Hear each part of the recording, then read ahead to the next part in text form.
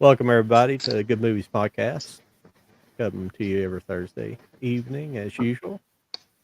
With us always is Katie, Mike, and Kenny. Hello.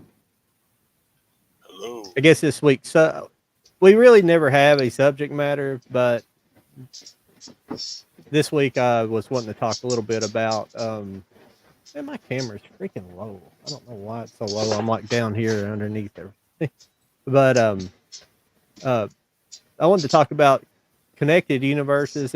I was kind of wanting to talk more. It's kind of confusing to make it into a title, but I want to do like, connected universes in movies and connected universes in like television. And for me, it's really just talking about two different people in television for me personally. But I thought it'd be a good subject matter for everybody to talk about.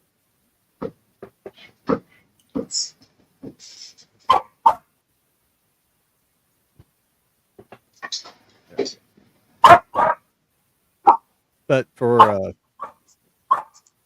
don't know where to get going. I didn't pull my movies for it, but my television shows for it. But the one that I've been watching recently that I watched back in the day when it was on was I call it the Greg Garcia universe.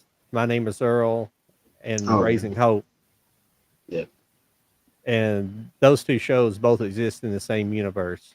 After recently, I just picked up the last three seasons of My Name is Hope, and I've been watching through, and I had to make sure that it was a connected universe because all of the actors from My Name is Earl show up and have, except for Jason Lee and Jamie Presley, the others have a decent amount of reoccurring parts in there. Yeah, Now, Jason Lee. Jason Lee was in the show, but he played a balding rock star. yeah, yeah, I think he may show up maybe once a season, and Ethan Suplee kind of shows up a few times a season, and uh, I can't think the guy plays Crabman, and I apologize, we got going here, and I didn't bring up everything on here. I don't know all the actors' name, but they're pretty all the main actors in there show up. I think Nadine Valquez, I think she only shows up maybe once, maybe twice. But they had one episode in the last, I think it's in the season 3. They did have one episode where they were basically playing their own characters with different names because Jason Lee, what's his character's name in, not Earl, but he the I couldn't think of that other one. what's a rock and roller called? What's his name?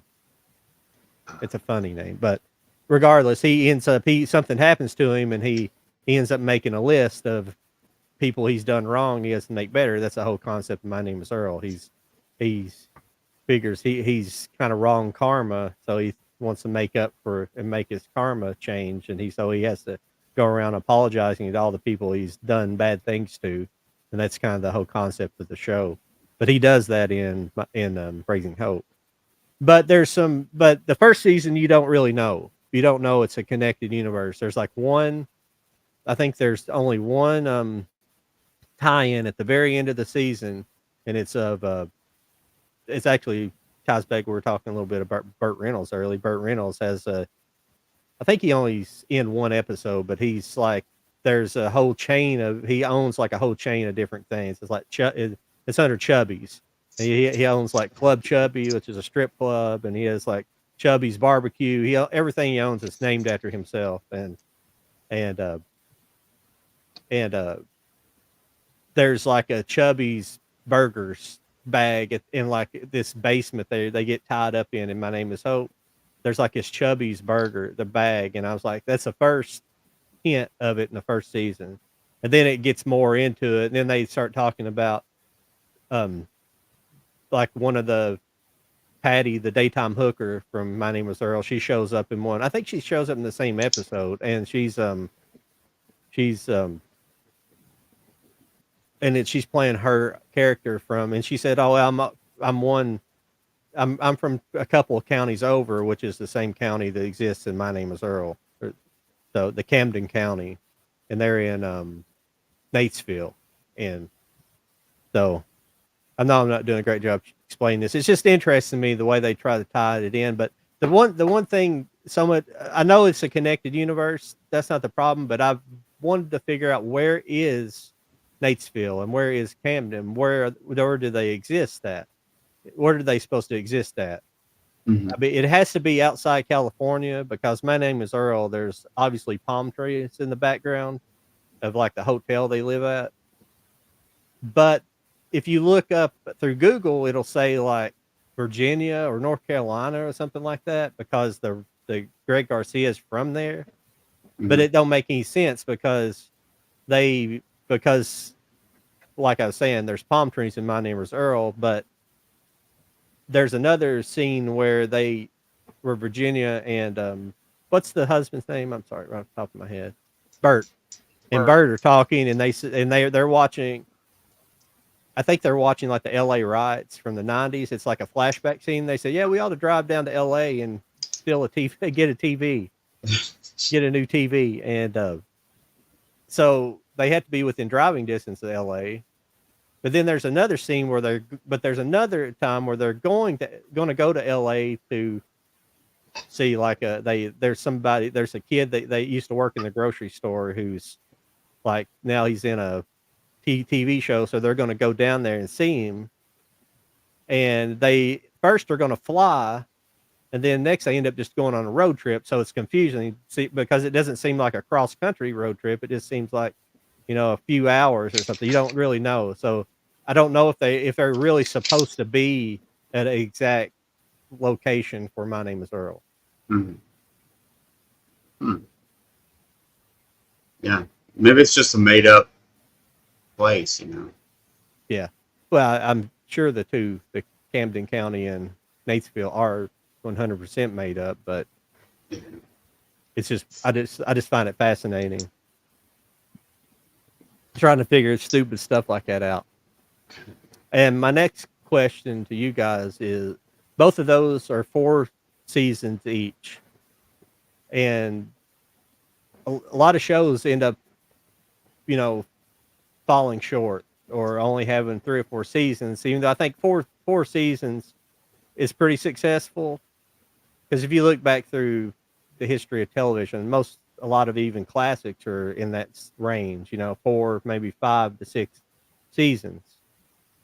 Is that enough? Is that enough episodes for people? I mean, I'm not talking just about these 2 shows, but other television shows. Is that enough do you think that's enough seasons? Do you think more seasons would have been more catastrophic and you'd have got really, you'd eventually worked yourself into bad writing and bad seasons? Mm-hmm. You think when Yeah, they ended is at the right time? Yeah, probably like a handful of seasons would probably be. Yeah.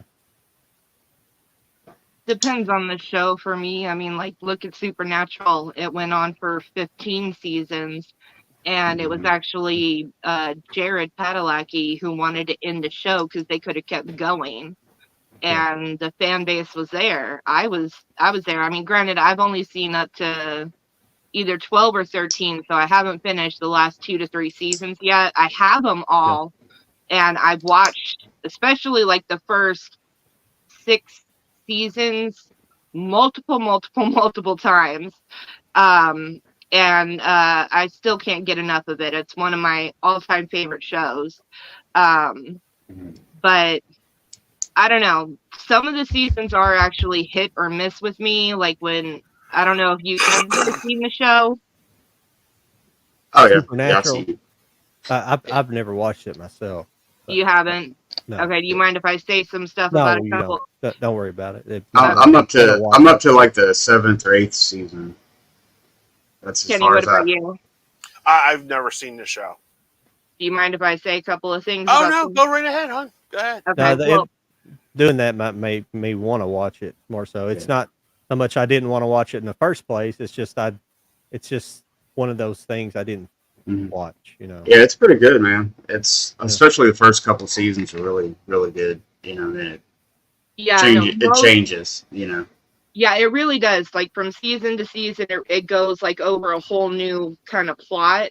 So it doesn't really stay the same. I mean, like the connection, like seriously, the whole thing that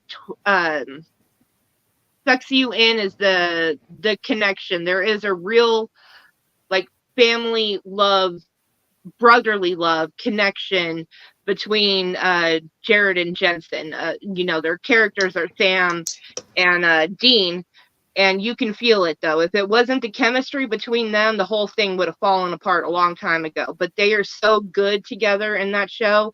But like the whole story part changes from season to season. The only one season that kind of I really absolutely hated was when Sam was drinking the whole demon blood thing. I hated that.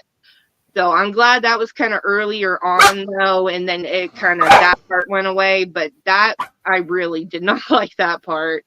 But yeah, so I don't know. It really depends on the show, and it depends on just the story on how long is like too long or too short. I don't know. It depends because it could have kept going.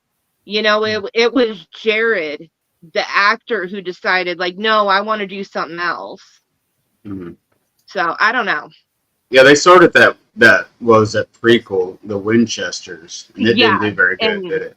Yeah, and Jensen was a part of that because he wanted to keep going because Jared went on to do Dallas or Walker, Texas Ranger.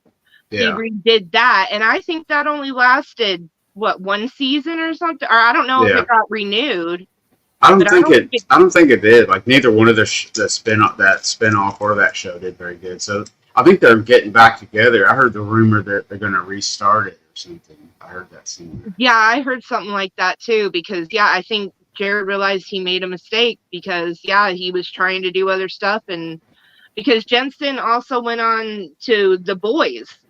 He did the 3rd season of The Boys. I don't know if he went on to do any more with The Boys or not, but I know The Boys is doing like a 4th season or something too, so that he's being successful. But I don't think Jared, with his whatever he's doing, he's not being successful. So yeah, he realized he made a mistake.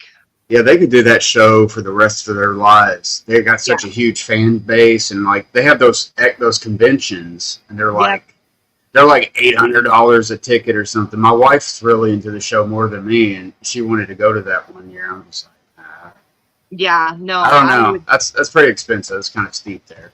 Yeah, no, that's too much. But I mean, it's a one in a lifetime opportunity. If I could go, I would, because I mean, Jensen and Jared are both also from Texas. I'm in Texas, so that would be like one of the only real possibilities I could probably have would be that out of most opportunities. But yeah, I think they could just do that show forever. Probably, they're in their 40s. They could do it for another 20 years easily. As long as they have like good writing and direction and it doesn't get stale, like John was talking about earlier. Then, I mean, like Gunsmoke, that's a show I'm watching. It went for 20 years easily. Yeah. So, some shows really can hold that kind of because they're fans, man. Die hard.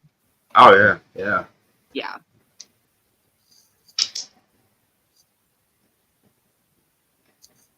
What's up, Sydney? Thanks for joining us this evening.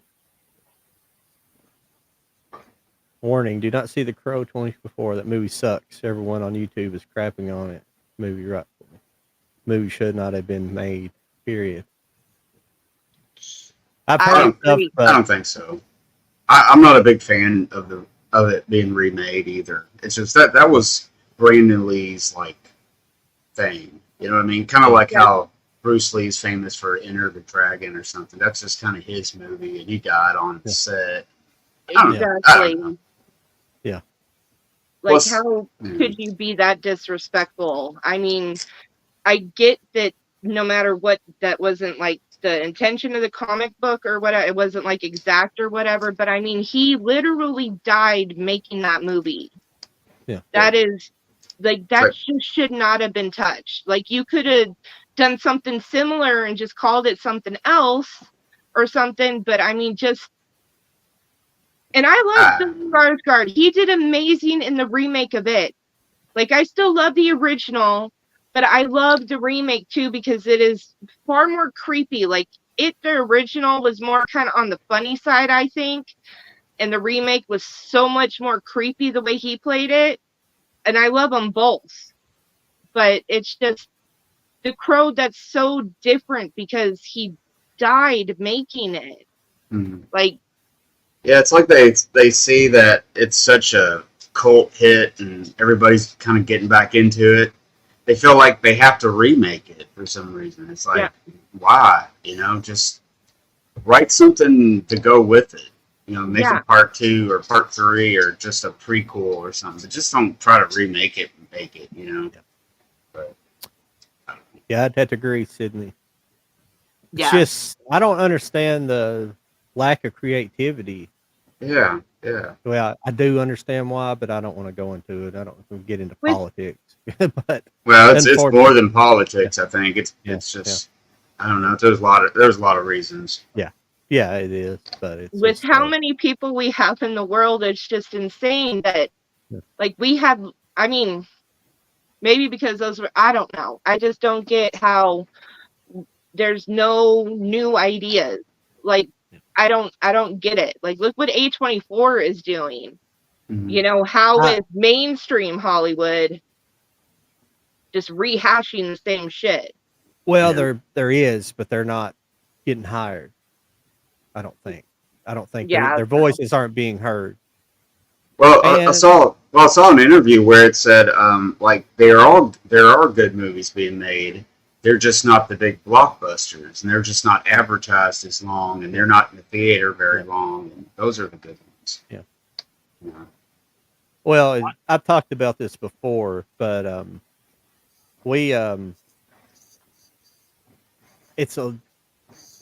think it's a talent distribution problem now because you got all the streaming services, and you got so many different places for writers that are needed. So you might have, instead of having fewer entertainment companies or people making movies, where the talent could be more concentrated, and you could have writing teams or a group of writers writing movies. Now you're getting like maybe one good writer on a project, and the rest are just beginners. And there's such a need that there's a lot of people who are basically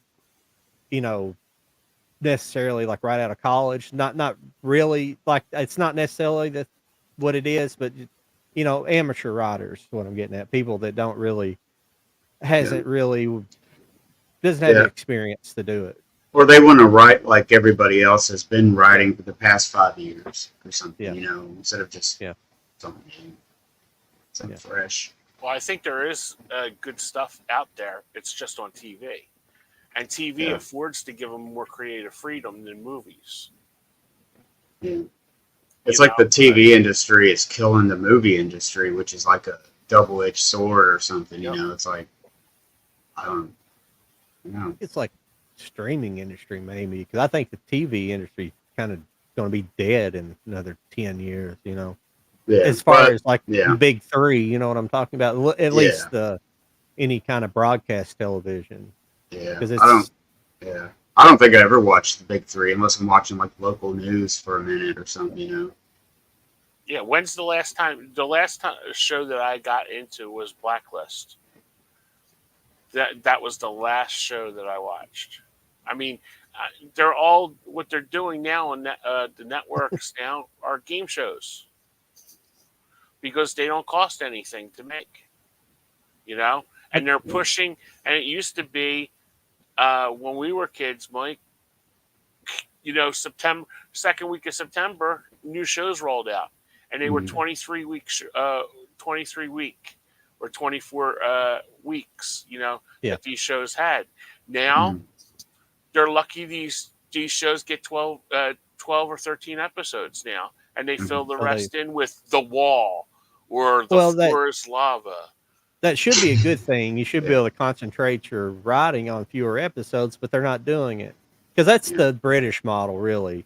Hell, some of those series They're a but John, joke. they're cutting the staffs too. They'll be like 5 seasons, and it'll be like 18 episodes. You know, or like 25 episodes, like five or 6 episodes a season. You know. Yeah. But they're weird. But I remember when Lost was made, and they were discussing what they were talking about, and the first year he had the first 3 seasons all written. Carlton Coos, he had the first 3 seasons all written, and he said, "Well, we don't know if we're going to be here until after season 3." And when they got the go ahead for season 2, they wrote the rest of the stories. So, you know, it's like these shows get off like with rocky starts, and you don't know if they're going to get 13 episodes or maybe 6. So there's no creative freedom with that, because they're all against it.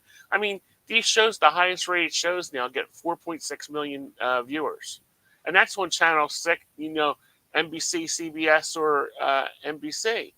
You know, but you put a game show on like Press Your Luck, you'll get 6 million viewers. you know, Joe Rogan gets more viewers than that. That's actually the way that But then again, Supernatural. he has creative freedom. Yeah. To say whatever the hell he wants to. Mm-hmm. Yeah. He's got a contract and stuff. Yeah. Go ahead, Katie. I'm sorry. That's just kind of a joke that goes around, because they talk about like you know, they try to he gets criticized by the mainstream media, and they're like, well, he gets more views than all of you guys combined, so what's it matter? You know? Yeah. But yeah, that's the way Supernatural was written too. The creator actually wrote it up to 5 seasons, and then after that, I think was CW. I can't remember which one it originally aired on, but they saw how successful it was, and the creator was no longer the creator, but he stayed on like as a producer, and then it went on for that 10 more seasons. And like I said, he was no longer the creator because he only created it for that 5 seasons. Yeah. But they, I said, they saw how successful it was, but he stayed on as a producer because it was his show. It was his baby. But he no longer had any more, you know, ideas, because he wrote it specifically up to just the ending of the 5th season. Yeah. So. Yeah. I think it was a WB, wasn't it, before CW, or CW and then WB? Maybe that was it, yeah. Because I mean, this was already like 20 years ago. I think it aired in or started in what, 2005. So 19 years ago when it first aired. I think so. Yeah. In the WB. Yeah. In the WB first. Yeah. Oh yeah. Okay. CW put out some real stinkers, though, especially in the. Well, they started out good with like that green, you know, with Arrow and some of those superhero movies. Oh yeah, yeah, Green Arrow and then Flash, Supergirl. Yeah. Oh, those are all connected too, because they've had crossover episodes where they're all together. And but then they had like Batgirl or Catwoman. Yeah, and it was horrible. I've never seen that one, but yeah, Green Arrow, Flash, and Supergirl. At least Supergirl started out good. I did not think I was gonna like it based on the trailer, but when I actually watched it, I liked it. Yeah. I don't know about the later seasons though. I think I've heard that it ended, or the last couple of seasons actually went like a different direction or something. Yeah. Yeah. They had Lois and Clark, didn't he? Originally back in the day. Superboy or something like that. Smallville. Smallville, that's what I was thinking. Yeah, Smallville. Smallville's really good. I really like that one. Did they did bring back, it was like a Lois and Clark. It was something as like Lois and Superman or something. It was a spin on that same Lois name. And Superman, I think. Yeah, that's supposed to have been all right. I heard. I've never watched it, but it's supposed to have been decent. Yeah, I think it's in its 3rd season or its 4th season, one of those right now. Yeah. And then there's Stargirl too. Yeah. Is that one of them too that's connected? Yeah, I think it is on there as well. Okay. You know, I watched that first season. I mean, it's nothing great, but I didn't hate it. You know, I didn't really hate that character so much, but it was. But I've only seen one season. Yeah, I bought it actually for some weird reason. I was going to say, I think TV needs to do something like have a show like Lost again, where it makes it an event. You know, it's nothing like it, and everybody wants to tune in and watch it on Thursday. You know what I mean? And they have to wait till Thursday and stuff. Make it an event again. You know, like things were. Yeah. And I think that's how TV will be saved somehow. And that's what movies needs to do. You know, just get something in there like Wolverine and, you know, Deadpool, but make it. I was gonna say, yeah, that's the only movie that I've been excited about. I haven't seen it yet. Me and my boyfriend were gonna go to the drive-in and see it, but our plans kind of got squashed. So we may actually wait until it's out on physical and just watch it at home. But that's the only movie I've been excited about, other than Terrifier 3. That's the only other one, but that I think might be coming out during Christmas time, I think. Mm-hmm. I'm not sure, but other than that, that's the only one. And I hate the fact that they're Disney now, but I love the fact that Ryan Reynolds actually fought for that movie to still stay true to Ryan Reynolds' Deadpool. Yeah. So. Mm-hmm. Yeah. Didn't he say I'm just pissed off at these movies being made, and don't get me started on Deadpool and Wolverine. I've listened to a lot of the comic book guys, and they're all, for the most part, satisfied with it. So I haven't seen it though, so I don't have an opinion. So yeah, I haven't seen it either, but everybody that has, I know, love it. Yeah, I'm not a comic book person, so as far as comic books, I don't judge it on that, but I love the first two. I love Ryan Reynolds, so that's what I'm going off of. Yeah. And I'm actually so fed up with Disney. You guys know how much I love Nightmare Before Christmas and Tim Burton and stuff, but I'm actually so fed up with Disney that I think I'm even going to stop going so hard with Nightmare Before Christmas stuff, which is really hard for me to say and do because I've been a fan of it and buying stuff and products and just, obsessed with it for over 20 years. But I just think that it's too commercialized now.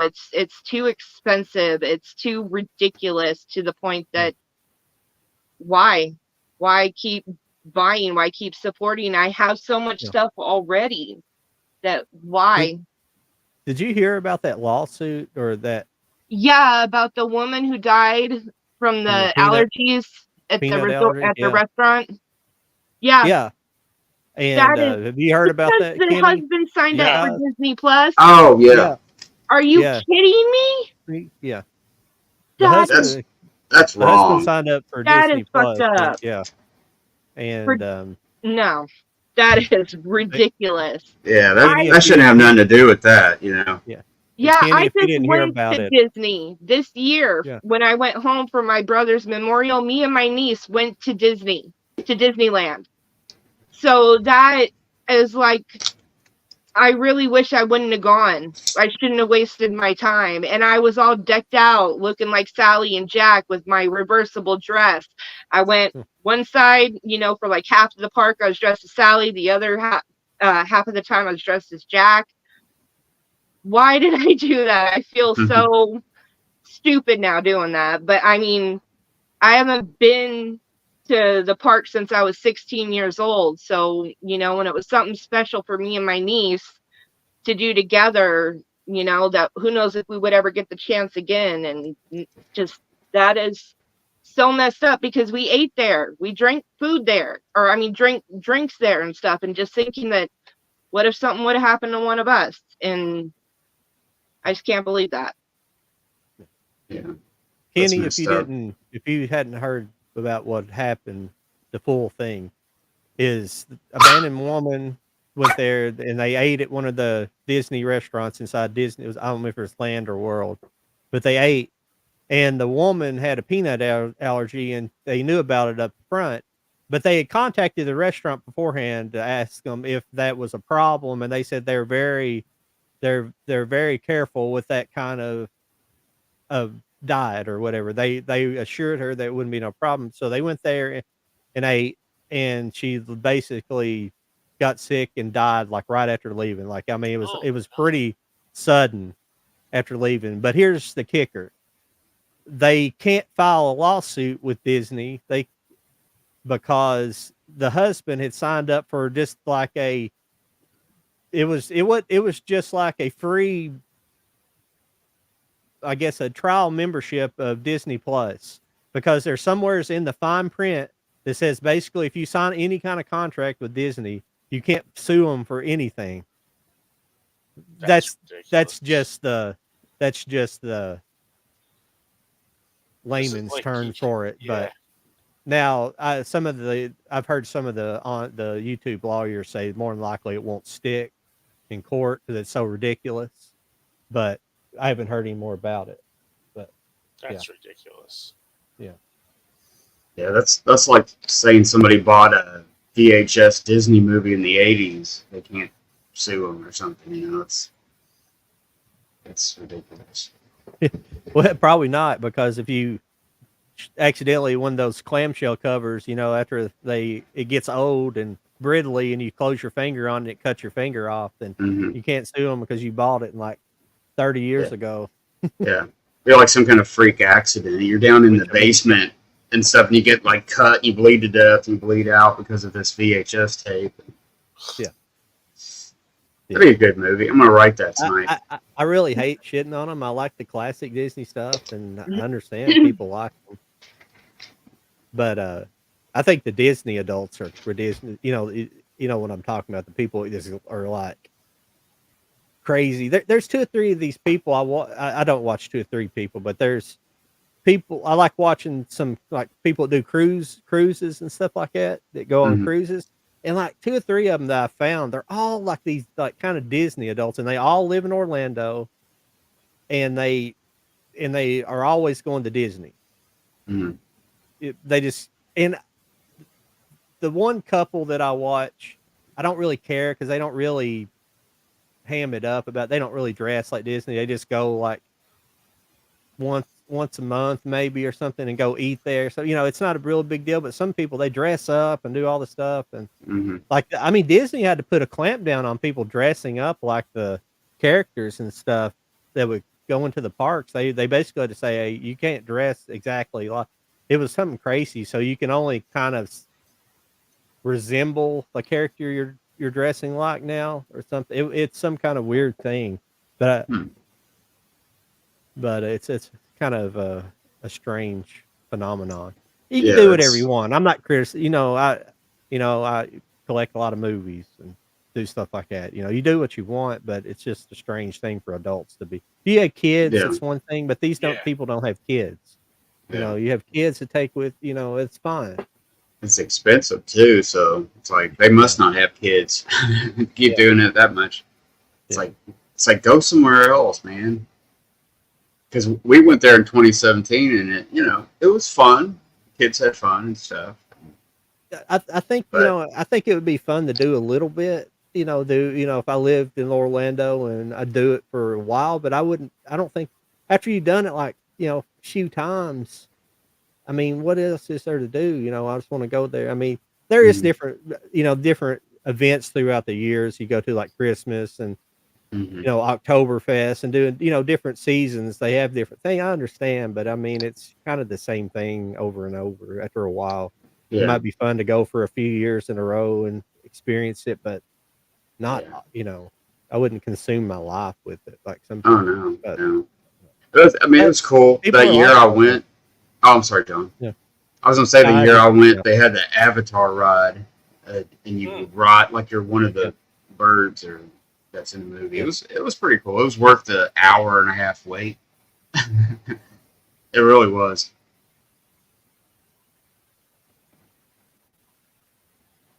Oh, earlier when I was talking about the cast of My Name is Earl, the one guy I couldn't think of was Eddie Steeples. He plays Darnell on there. Crabman. They always call it Earl. Always comes goes, "Hey, Crabman." He said, "Hey, Earl," and they do that joke in Raising Hope. Let me look up. But his name's funny in Raising Hope. Sorry, I just been this show's been on my mind since I've been watching it, and I've been wanting to do this for a while. I kind of wanted to make a video on it and make it actually do a kind of write out a script and do a good job with it, but but I don't know what to say that's not been said before. Now, I do My Name is Earl on the cast. Oh, here it is.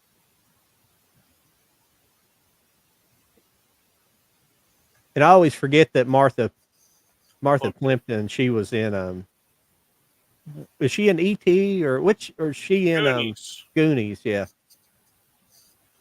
Because she makes a joke in there, and I forgot about that. I couldn't remember what she was from, but I knew, but I was like, oh yeah. But I couldn't remember which Spielberg movie she was in because she references Steven Spielberg. Let's see here.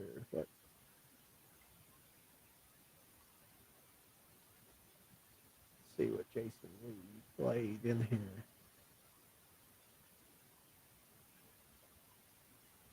Smokey Floyd. That's it. Thank you. So he has the ridiculous like quamp of hair. That's pretty funny. Sorry. Yeah. I'm just rambling. I never did watch that much. My Name is Earl. I always missed it somehow, and then it was in reruns, and I guess I'm gonna have to look it up, start watching it. Are you alright? Yeah. It was one of those shows I wanted to watch it, but I just always would miss it. It's just like, yeah, both of them were there. I mean, obviously, if you watch My Name is Earl, you're not gonna. There's no like universal ties at that point. You don't get it until Raising Hope, but they're both good. I don't know. I think Raising Hope might be a little bit better show. I think its writing is just slightly better, but they're both really good. Mm-hmm. But the other show I wanted to talk about, do you want to say something, Kenny? No. Oh. Yeah. The other show I wanted to talk about that's connected to universe is another one that another universe, and this comes like way before you really thought about that kind of stuff. Would have been I would call it the Paul Henning verse, which would be definitely Green Acres and Petticoat Junction. Those are definitely connected. Oh, now, the Beverly Hillbillies. The question is the Beverly Hillbillies connected? Mm-hmm. But Paul Henning, if people out there don't know, Paul Henning, he created Beverly Hillbillies and Petticoat Junction. He produced them, and he created both of those two. Now, he didn't create Green Acres, but he produced Green Acres. It was created by another guy. But Green Acres and Petticoat Junction are obviously tie-ins. They cross over characters. It's the same town essentially. Hooterville is right in Green Acres. Well, the Shady Acres Motel is right down the train tracks from Hooterville. It's all in the. You can't never forget Stankwell Falls either, but those are definitely But my question is Beverly Hillbillies connected? You would think yes, except for let's see here. I always forget her name. Petticoat Junction. That was in Beverly Hillbillies. That was Jethro's mom, and the actor played Jethro's mom. And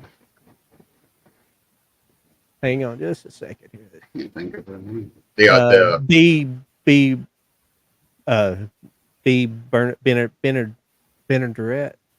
Benaderet. Yeah, that's a weird name. Okay, yeah. Bia. I don't know how you pronounce her first name. I just Benaderet or something. Benaderet, yeah. Bia Benaderet.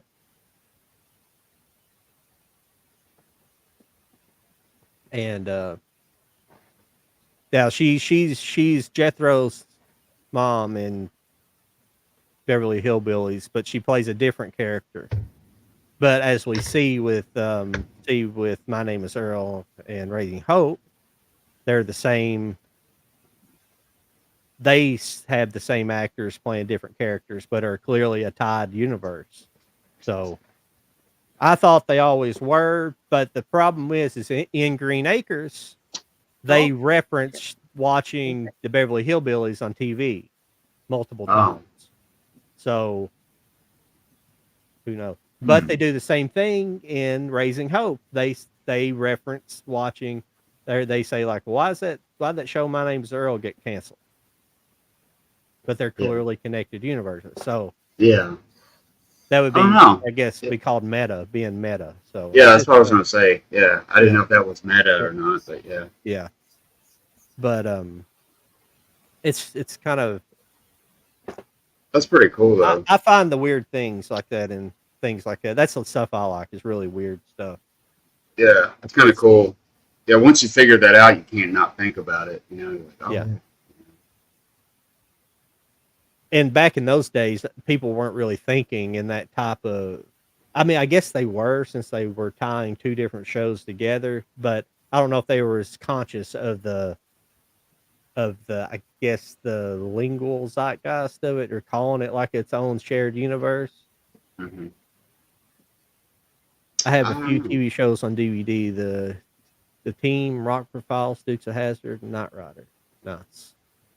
Yeah, I need to get the full series of Knight Rider. I just have like one season of that.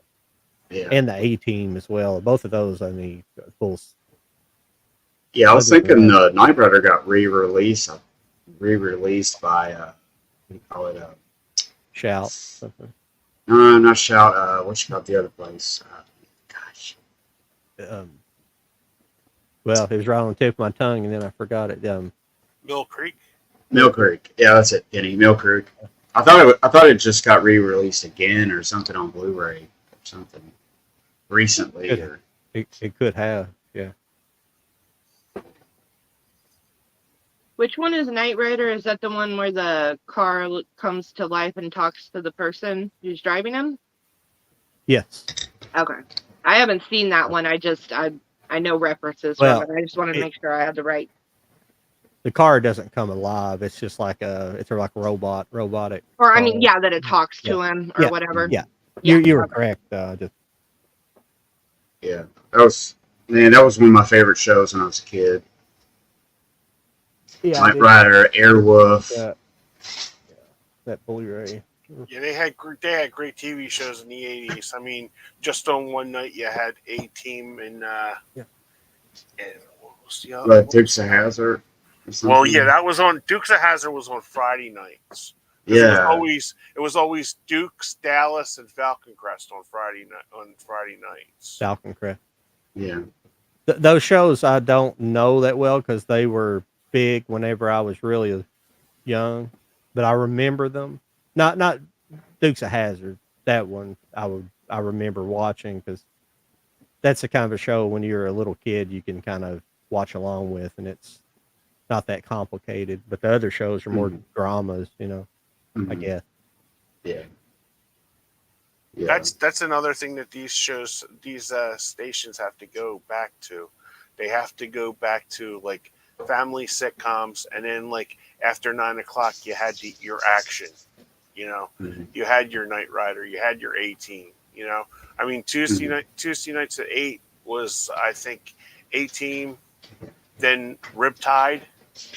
You guys remember Riptide? And then it was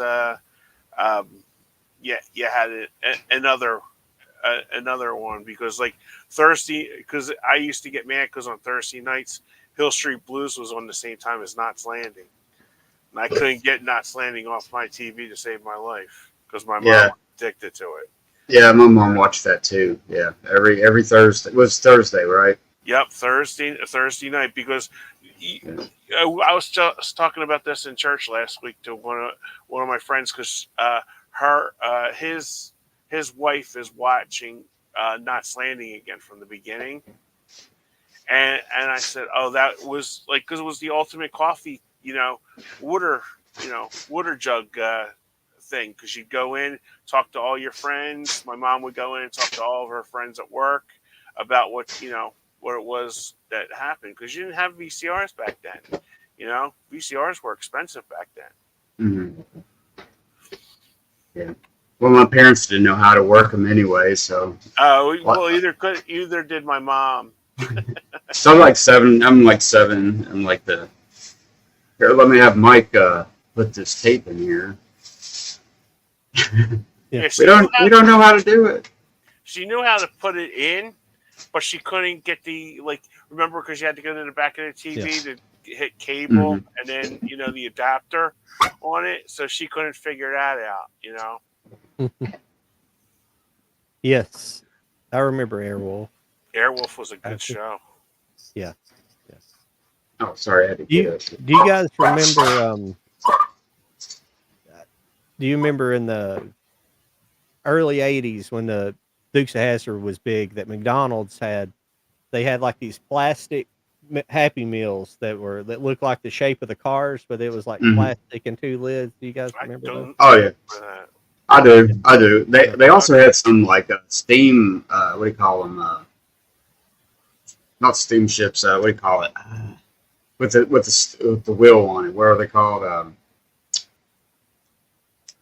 Whatever they were. They had those for a while, and you could put stickers on it and stuff. That came with a few stickers, and you put it on there. So it was like a.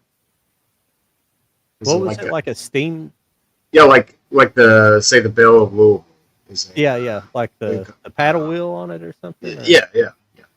No, for some reason I don't know what. Remember those? Yeah.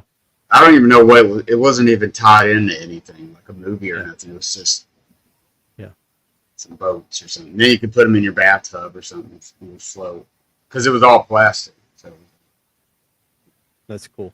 The toys these days. I feel sorry for the kids. It used to be when you got a Happy Meal, it was sometimes it was a good toy, but now these days it's sorry. Yeah, I've seen. It's been a long time. Hill Street Blues was a little before my time, but nowadays they're like lame. They get like a puzzle or something in there. It's like a learning game. Or they only give you a Hot Wheel or a Barbie or something like that. They don't have any variety anymore like they used to. Yeah. It's not like I didn't get Happy Meals all the time or anything, but when I got one, it was like, ooh. Yeah. Well, I haven't had one in a long, long time, but like my cousin, his little girls, my mom watches her sometimes, and I'll get her a Happy Meal every now and then. That's the first one I've gotten probably 30 years. Yeah. Kenny, do you remember the hot and cold side? The McDLTs. McDLTs, yeah. Oh, yeah. Man, that was pretty cool. It was actually pretty good. Yeah, they were very good. Because I was little. McDLTs at McDonald's? Well, it was Mick. What was it? Yeah, Mick. DLT. McDLT. They would keep the cold stuff on one side and the hot stuff on this side. So then when you open it up and then you put them together, it was like a super fresh. Box. Yeah. How long ago was that? Oh man, it was like mid 80s. Yeah, sometime in there. Yeah, I remember those. Yeah. Huh. Yeah, I'll send you a picture of what they look like. It was just basically a burger on one side. It was like a long tray, like you would get pancakes in. On one side would have the burger and the patty in the roll, and then the other side you had lettuce, tomato, and mayonnaise on it, and they just put a lid on it, and that's how you served it. And it was great because you could dump your fries in the other side. Huh. Never knew that. Yeah. As a matter of fact, George Costanza did a commercial for it. Jason Alexander. Yeah. He did a commercial for Seinfeld guy? Yeah. Okay.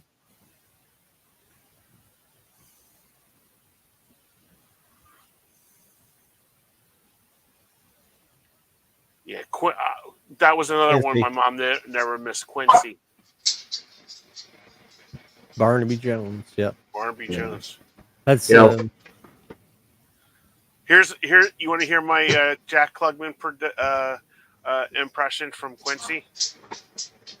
Sam, she was murdered. I was every episode of Quincy.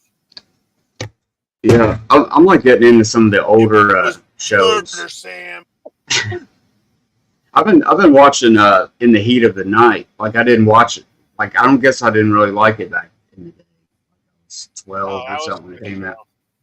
And I don't know, I've just discovered it here recently. Not every episode's great, but most of them are. There's a good tie in talking about Barnaby too. I thought it was Buddy Epson. I had to double check, but I was pretty sure it was Buddy Epson. It's a show I didn't really watch because it was a little bit before my time, but it was definitely before my time. It was 73 to 80. Yeah, we Yeah, used I to don't- watch been Barnaby 2 all in the time. 1980. So Yeah, I don't remember it until watching reruns of it now. You Yeah. know. Wonka. Yeah. Please stop.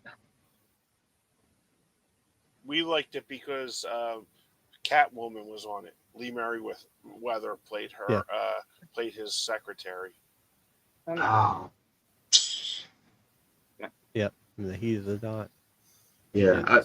I watch that sometimes, but it comes on late. Like if I just watch it, as it comes on the channel, it's late usually. That's a good movie too. Have you seen the movie? Mm-hmm. Yeah, the movie's real good too. It's based, well, it's kind of like that. It's Yeah. based on the movie and it's a TV show. Yeah. You know what's a good one to start watching, Mike? Mannix with Mike Mannix. Connors. Mannix. Yeah. They use. I don't know if they still do it now because I don't have MeTV because I have YouTube TV, and I used to tape them DVR, and me and my mom would watch it in the morning. Mannix and Cannon. Loved Cannon. Cannon was a great show with William Conrad. Mm-hmm. Yeah, I saw those on there and I haven't watched it because I got MeTV. I've been watching the crap out of some MeTV, man. So that's Okay. Mannix and all that was on Yeah, there.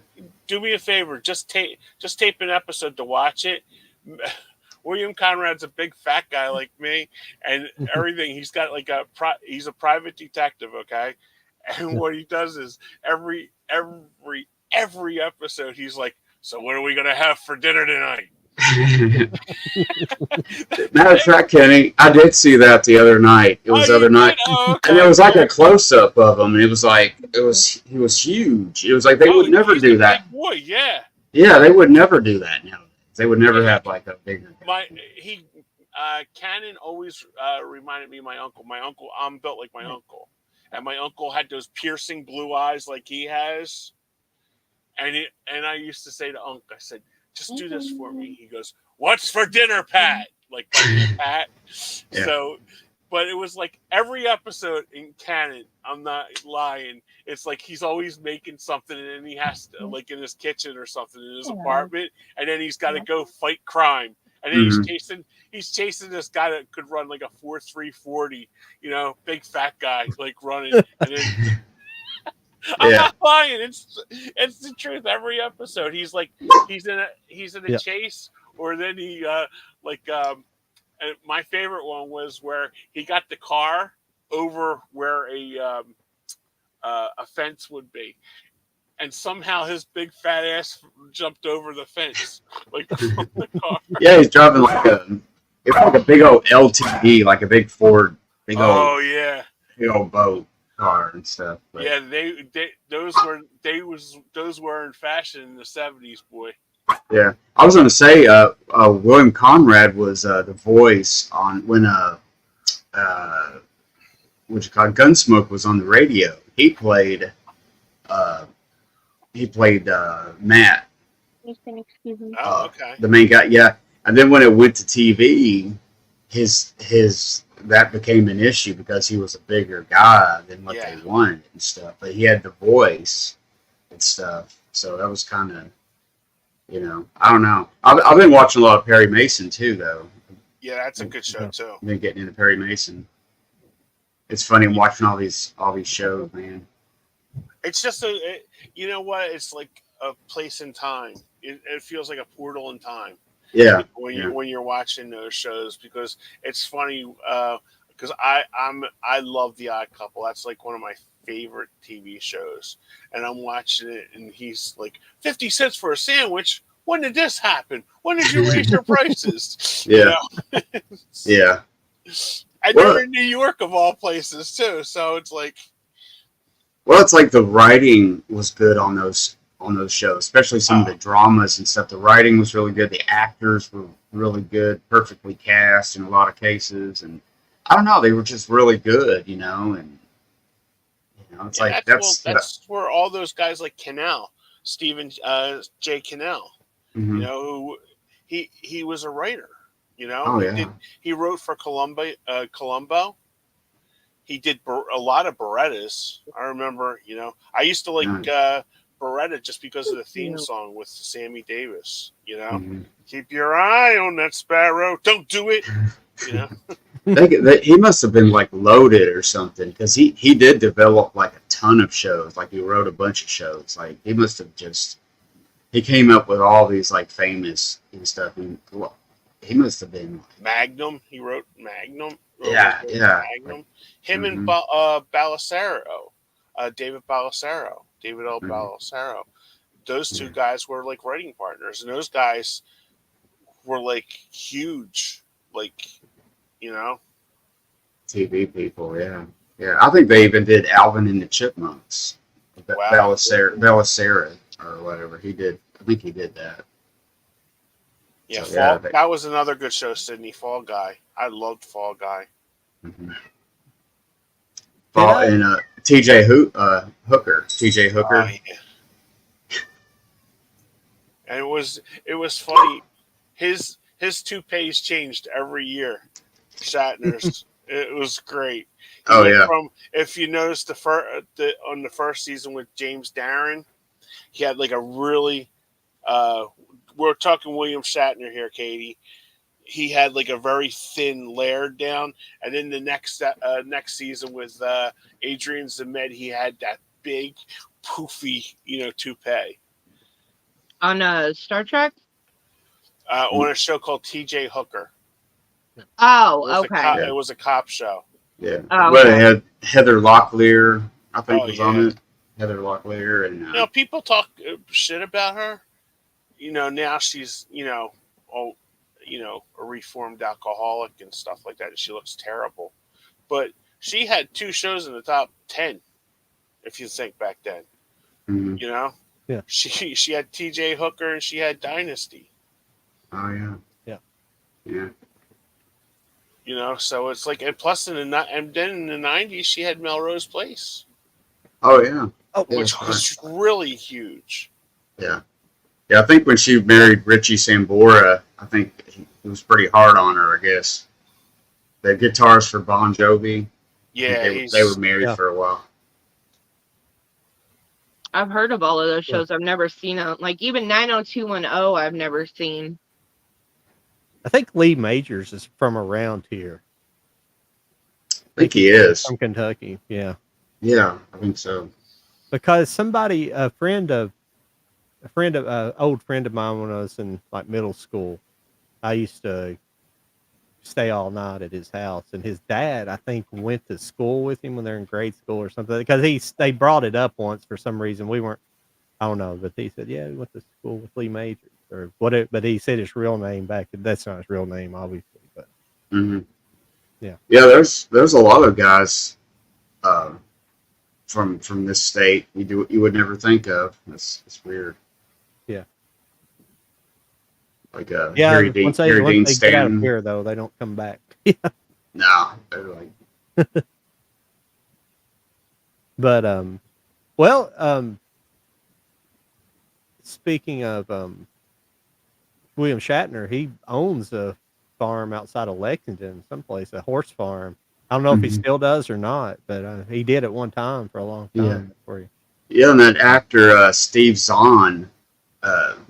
He lives in Lexington, and I think Ethan Hawke owns some property in the state somewhere. Somebody like that. I know he was filming a movie down here, but Steve Zahn at one time he married like a woman who was in the horse industry or something like that. From what I understand, because people would run into him at bars in Lexington, and I never did, but I would hear about it, but that's how I knew he was around.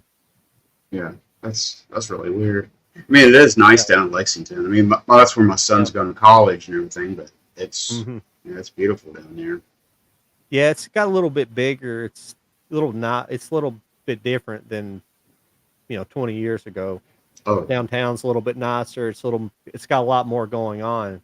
25 years ago, Lexington was dead downtown. There was nothing hardly. A couple of bars not connected together, and then they made a whole thing out of it. And then they've turned that one area into a bunch of different stuff.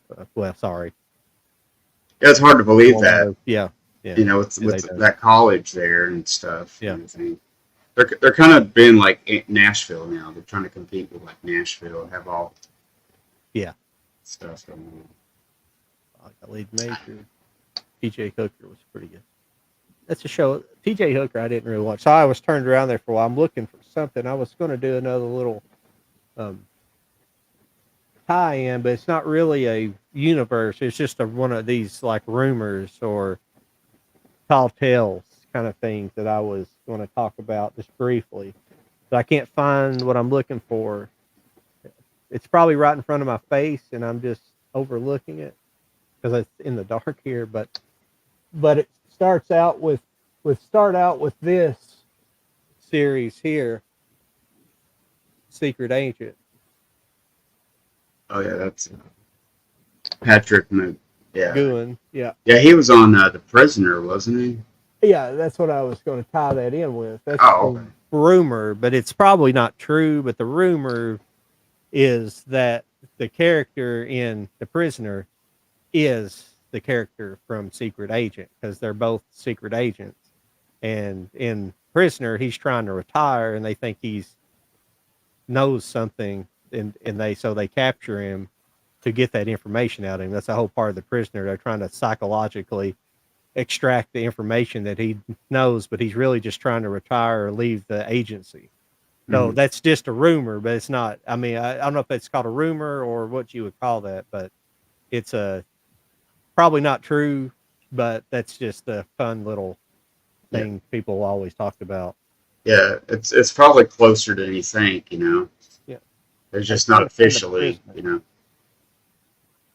I have it on Blu-ray here. That's why I can't find it. I used to have the nice DVD set, and I got rid of it after I got it on Blu-ray, and I wish I'd have kept the book because it was a nice DVD set. I think I'll rebuy it one of these days, just as long as the price don't go out the wall, out, through the roof. Yeah, you got a lot of nice TV collections, John. Yeah, it's probably the pride of my collection, even though I've got a lot of movies too, but it's probably it's kind of overwhelming, Yeah, it's hard to believe there were so many good TV shows over the past 50 years or so. Yeah. It's crazy. Now I hate. There's a lot of shows I've seen all of them, but there's a lot of these older shows like Leave It to Beaver or something like that. You can watch. That's for an example. Or what else new did I have? Like I got a Donna Reed show and things like that.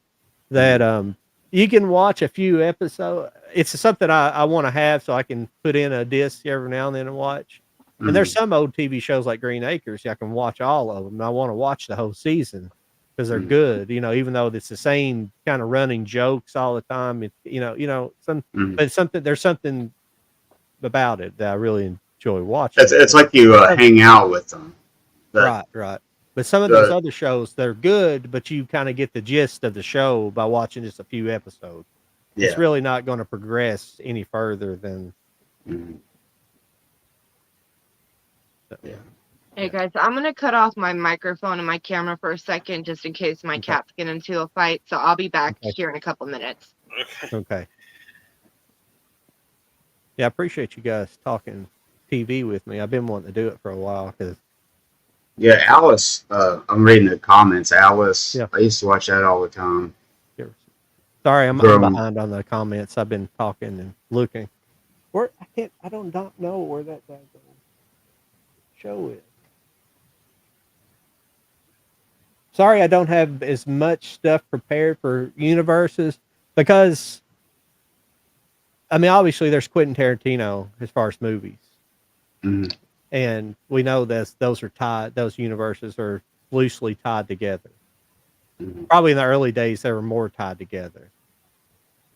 And maybe they're only tied together by one thing. Maybe like the Red Apple cigarettes or something. Because I know that Red Apple cigarettes show up in Once Upon a Time in Hollywood. I think they show up before that too. Oh Something. yeah. That's what I'm saying. It's an ongoing thing. Oh, I wouldn't doubt. Well, probably not. I'm not sure about Django. I wouldn't doubt if they show up somehow in there or not. But you really didn't have branded cigarette packs back in those days. So yeah. I want to say the Evil Dead, that car, but that's just basically a movie. In movies, the Sam what's his face? Always Raimi. Yeah, he has that Oldsmobile, that tan looking Oldsmobile or something. Olds 98 or something that shows up in a whole bunch of movies. That same car and stuff. I watched. I know. I probably wear Lauren out talking about Scott Michaels. Scott Michaels does these. He used to do the Dearly Departed tour in L.A., which is he went around to, and he had the museum, the Dearly Departed Museum, which he had a bunch of weird stuff in. But he did a video. He actually, Tarantino contacted him, and he was somewhat of a what would you call it? Just he just provided information about Charles Manson and things like that. Where he did the Helter Skelter tour, he knew a lot about the subject matter. So Tarantino like met with him a few times, and he got to visit when some of the scenes were being shot and things like that. So, but he did a video about the cars that were a few of the main cars that were in Once Upon a Time in Hollywood, and he was talking about it like he actually knew the person who owned the original the old car that they come up to do the murders in. I guess you would call it the murder car. That old, it's like an Oldsmobile or something like that. I think that's something like that. Yeah, like a Dodge or Oldsmobile. Yeah. Okay. Yeah. But he knew the guy that owned the original Charles Manson car, and it was available to be in the movie. But Tarantino thought it was too weird to have the actual Charles Manson car in the movie, so they recreate, or they had the images of it. They recreated it down to the T, to every scratch and dent in the car. But the 68 Firebird that belonged to Abigail Folger that you see in the background a couple of times, it's like accurate to the real car because it's in the background of pictures of the murder scene. And Jay Sebring's black 68 Porsche, which in the movie it's actually like a 73 Porsche or 72 Porsche, but they looked almost exactly the same. So, but he went and visited the guy who actually bought the Abigail Folger car that was in the movie, the movie car for that. So I thought some of that stuff's kind of cool.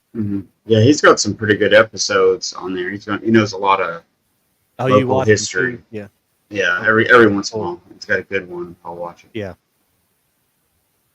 Yeah, he's just. I don't think he lives in L.A. anymore. Another casualty that got ran out of there for all the crime in Hollywood, and the high cost of living there as well. Yeah. But he had a video I watched the other day, and he's like, "Yeah, I just had to take my car and have some work done to it. So I think I'll walk around this neighborhood and talk about all everything I know." And he was going to all these places that have connections to all the. It's crazy how much he knows about it. Like, and where people were murdered, said, "Yeah, this is connected to somebody being murdered here," and it's just fascinating. Somebody knows. Yeah, I think he's originally from like Michigan or something, and he moved out there in the 80s or 90s or something. He started that. Yeah, that's pretty cool. He knows a lot of history.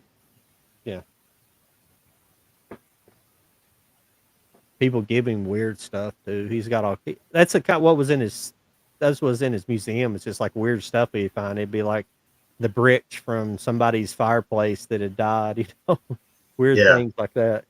Yeah, piece of a pool or a door off a car or something, just crazy stuff. Yeah.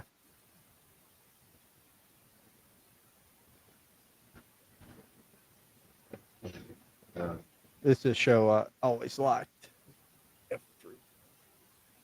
Oh yeah, Mm-hmm.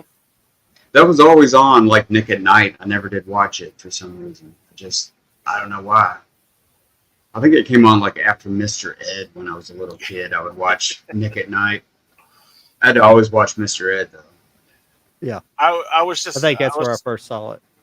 I was just saying on Saturday when I was a chef, I'd get home at like 2:00 in the morning, and Nick at Night was the only thing really viably on, TV, and it was like Mr. Ed, F Troop, Car 54, Where Are You?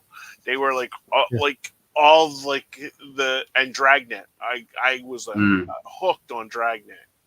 Oh yeah, yeah. I loved that Yeah. show. Because I Yeah, I remember my buddy watching it with me. He's like, Colonel Potter was in Dragnet? And I'm like, yup. Yeah, I have Car 54 over here. This season. Yeah, Car 54 is pretty cool. all kinds of weird stuff. Yeah, it's got a ton of stuff. That. Oh, wow. Hmm. Yeah, I guess that is weird. It's weird and weird. Weird about weird. Yeah, Magnum PI was a great show. Yeah. That's one of my top 5 favorite shows. Yeah. It's got like a great theme song. It's got like a great opening. It's just, I don't know, it's just really cool. I Yeah. like that show. Get a lot. Oh yeah, Get a Life. Yeah. That was on Fox, I think, for a couple of years. Did they play like Nick at Night, like different shows every night or at certain times? Because I just remember it when I watched Nick at Night, it was Bewitched. What was the other witched one? Genie in a Bottle. Oh, I Dream of Genie. I believe. Yeah. Mm-hmm. And I watched Laverne and Shirley, The Munsters, I Love Lucy. Yeah. But none of these other shows you guys are talking about do I ever remember seeing on Nick at Night. Yeah, I don't remember how that was. Yep. I don't know if they showed the same stuff every night or not. I think they may have. I just remember watching it like in like 87 or 88. Yeah, that's when I was cooking. So it was just like... Yeah, I used to. Year or two then, so could that be why? So I was watching those, I guess, in the 90s, early 2000s. Yeah, I watched it for a while, and then it kind of changed a little bit. I guess that might be why. I don't know. That's weird, though, how I guess they would play different ones at different time periods then, I guess. I don't know. Well, that's what I like about MeTV. They do that. It's different stuff, every night. Okay. Yeah, because I do know it was Nick at Night, and I'm sure there was probably some Brady Bunch in there as well. Yeah, I remember TVS Superstation used to show that like in the afternoons, sometime after school or something like that. It was like late afternoon or something. I don't know. I might be mistaken, but it seemed like that's when it came on. I'm pretty sure some of it was Nick at Night. Some of it could have been during maybe some other time slots or something, or some other stations, but I do know some of it was specifically Nick at Night. That's what I was looking for right there. Oh yeah. The Ghostbusters. Yeah, that was really. Yeah, that was all. I've never seen that, but it always looks so weird, like. Yeah. I heard it's good. Is that a TV show? Yep. Yeah, this guy right here, Larry Storch, he was in F Troop. That's when I. Yeah, that's right. Yeah, in fact, this is the reason why the Ghostbuster movie was almost not called the Ghostbusters, because they had to get the rights from this TV show. Oh, okay. Yeah, that's what's weird. We think of Ghostbusters start in 1984 when the movie came out, and it was like, no, it was on before, and it was, Huh. Then there was that animated show too. Wasn't the Ghostbusters? Wasn't it kind of based on that TV show? That other Ghost? You know what I'm talking about? Yeah, I think that the animated show was based on the original show. Yeah. That one. There was two Ghost. Remember, there's two Ghostbusters animated shows. There was the real Ghostbusters, which was based on the movie Oh yeah, that's Ghostbusters, right. and then And there's one another called one. like Primeval. Well, there's the one with the ape in it, with the hat. It had like an old car too that flew. It was a flying car, like a Model T or something. You know, it was like an old. Oh yeah, remember that? Yeah. There was. Read about that. I was starting to get out of like watching after school cartoons about that time. You know, it's kind of watching other stuff. You know, watching MTV or something like that back then. Yeah.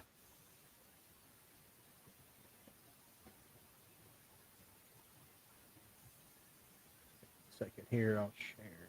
There's a lot of cartoons I never knew existed till I got older, like Batman the Animated Series, Beetlejuice, I never knew was animated, a show that was animated from it, and Superman, all of those, Justice League, all that stuff. Yeah, there's a lot of stuff I don't remember that was on back then when I was a kid.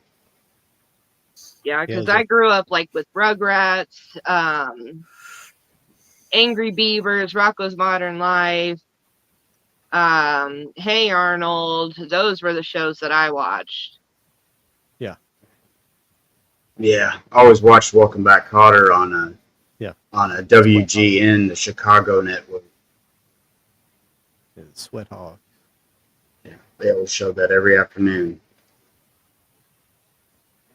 I've never seen that. I've heard of it, but I've never seen it. I got Boy Meets World, Growing Pains, Dawson's Creek, Buffy, Angel, Charmed. Yeah, you came into stuff like the late 90s or something.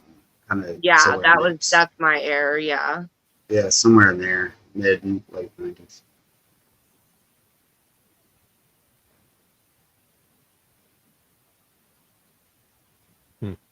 Did you ever hear of Extreme Ghostbusters? It's like a.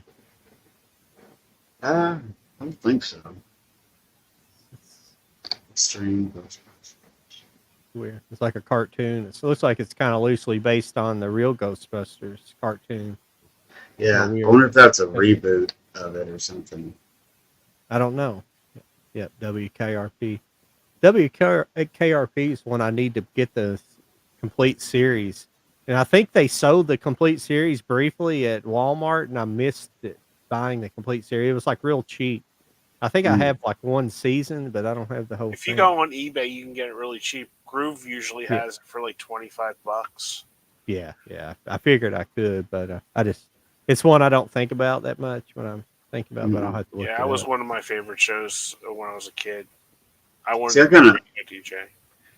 Yeah, I kind of missed those. I kind of like didn't get into like Barney Miller or WKRP or a couple of those shows. I didn't get because I was too. Oh, Taxi's the other one. Like I was too little. I didn't really get into that just yet. You know, when it was on. Like I used to watch it, but the jokes went over my head because I was only like 8.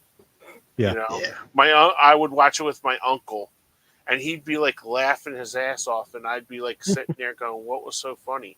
It was like sort of like the humor from MASH. I didn't get the humor from MASH because I was too little when that was on. Yeah, they all had like great theme songs. Like I could watch maybe the theme, the opening, and then it would just go over my head. Like it was just, remember, the bridge and stuff and Taxi and all that stuff. It's just so iconic. I can't reach it. Saved by the Bell was another one. I used to watch that every day before I went to school in high school. Yeah, I watched a little bit of that. Yeah, that's a pretty nice box set. Yeah. Yeah, Sydney has Three's Company. That's another show that we were allowed to stay up to watch. Yeah. But like the humor went over our heads because we were so little. Oh yeah. Oh, Mike, I re-bought that series, that Three's Company set. Oh, okay. I don't know if it's worth it or not. I'll get it. I'll grab it over here and let you see. But it's not as nice as I thought it was going to be. Yeah, no, they I got an email or something and it was in it. I was like, oh wow, that's cool. I better send that to John. I figure you probably already have a other version of it or something. But yeah, Three's Company, man, we watch that all the time. I guess my parents would let us watch just about anything, I guess, within limits. But. Well, I did have the other version of it, but this comes with the ropers, and it's really the complete deal. But I thought this was going to be like a really nice set, but it's a slip cover, and it's one of these deals. Oh, is that Mill Creek? Yeah. And it's this crap. Yeah. Now, it is easy to flip through it. It's better than the other set where it's in those sleeves. Oh, yeah. I hate those. It's easier to go through. But it's still, I was like, this is the only respect that you can give Three's Company. Do it like that. Yeah, those sets are the worst at night when you're trying to like watch something in the dark and you got to get a little flashlight. You got to flip through the disc, and it's only written on the disc on the hub, so you have to read it. It's like what? Yeah, and they're fumbling around, dropping stuff. Now this does look like a little bit nicer. The discs look like they've been redone too. The artwork on them, but other than that, it's not worth what you pay for it. Yeah, is it Blu-ray or DVD? Just DVD. Huh. Yeah, but it looks like they could have put it on Blu-ray and within half of that, discs and stuff at least. Yeah, they're kind of picky about what they put on Blu-ray. Like we don't have Seinfeld on Blu-ray, but they've already released but I guess Friends is a bigger seller. I guess I don't know why. Yeah. I always Seinfeld's a hell of a lot better show, but yeah, Friends is pretty popular. I guess it's took off again and again, but I could One of see my Seinfeld favorite being more shows is niche Friends. audience, Comedy wise. Yeah, because they even got a love Lego set. They got like a Yeah. Friends Lego set Yeah. out even, so that's how popular they are. I don't believe they want Seinfeld to be put in Blu-ray for some reason. I feel like I've read that someplace. And I watched a video a while back on it, and or somebody was talking about it, and they were talking about some of these old shows need to be,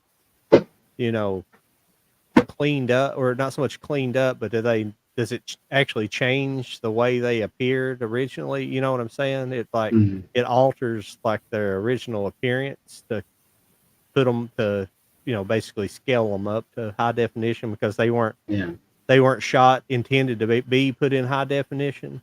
I forget what they were talking about. What it changes? It changes something in the appearance, like makes it sharper and yeah, like I forget what they were talking about exactly how it worked out. I think they were talking about Seinfeld in particular about how I don't remember. It's like the color timing and stuff. It changes like a lot of that stuff in it, and it causes things to stick out that shouldn't. Oh yeah, It's just little things like that, and yeah. So I was gonna say, I remember in the early 2000s there was a Seinfeld box set on VHS, and it was like a building. It was his apartment building, and it was real tall. And you had each tape in there, each season. I don't know if you remember that or not. Then there was one with a refrigerator too, wasn't there? Oh yeah. There's one. That's a DVD. But I think had bought like them individually, the seasons. But then I wanted it. I hated it was all separated, so I ended up rebuying this because Best Buy had this cheap, but it's like this set, Mm-hmm. and it's just got them all like this each season, and I really like this set a lot. Yeah, that's pretty cool. Yeah. Now that refrigerator and stuff was cool, but I didn't want to pay the exorbitant price for all that. Yeah, it was really expensive. It could probably worth some money now. At one time, you used to be able to find it in like the half price books and things like that. It would show up from time to time. but I already had it. So. Yep, Saved by the Bell. Sometimes I like watching the TV shows just on TV with the commercials. It seems like natural somehow. Sometimes, you know what I mean? You know that feeling of watching the commercials with it. And Yeah. I don't know. It seems maybe it's just me, but sometimes. Katie, I've been watching I found a guy on YouTube. It's called Saved by the Bell Deep Dive, and he just reviews each episode of Saved by the Bell and like he kind of points out flaws and just flaws in the logic too of, you know, it's just funny. He's kind of riffing on it too at the same time. He always points out boom mics. There's always a boom mic in every episode. He's like, boom. Yeah.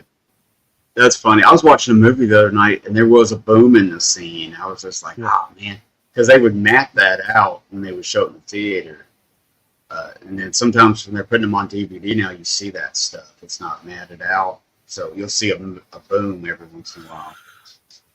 Yeah. That's funny. That just reminds me of Bolt. Yeah. Different stroke. That was such a cute movie, but yeah, how they would just call out the boom mic. Boom. It's just funny. Not Court.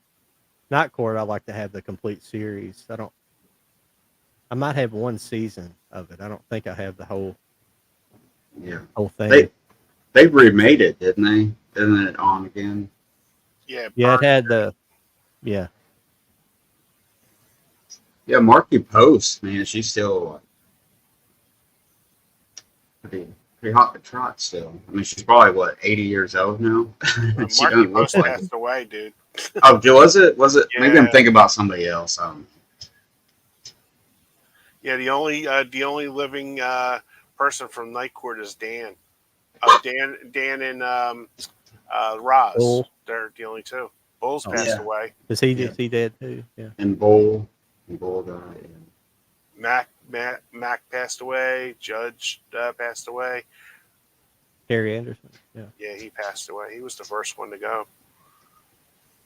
Was Harry Anderson the character or the actor? It was the actor. Actor. Wasn't it? Harold T. Stone was his character.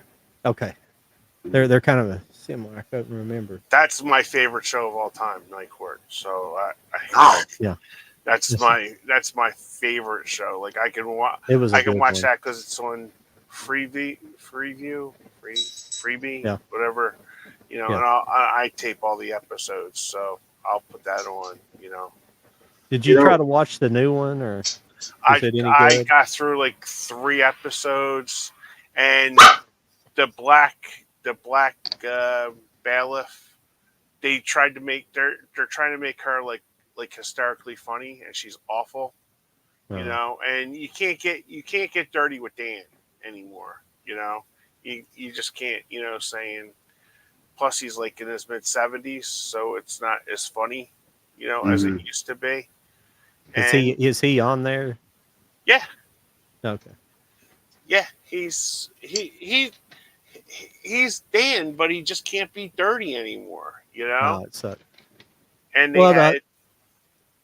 and it was always funny how they would always have like hookers and stuff, and they probably don't have that stuff anymore either. That's why I said you can't do that anymore.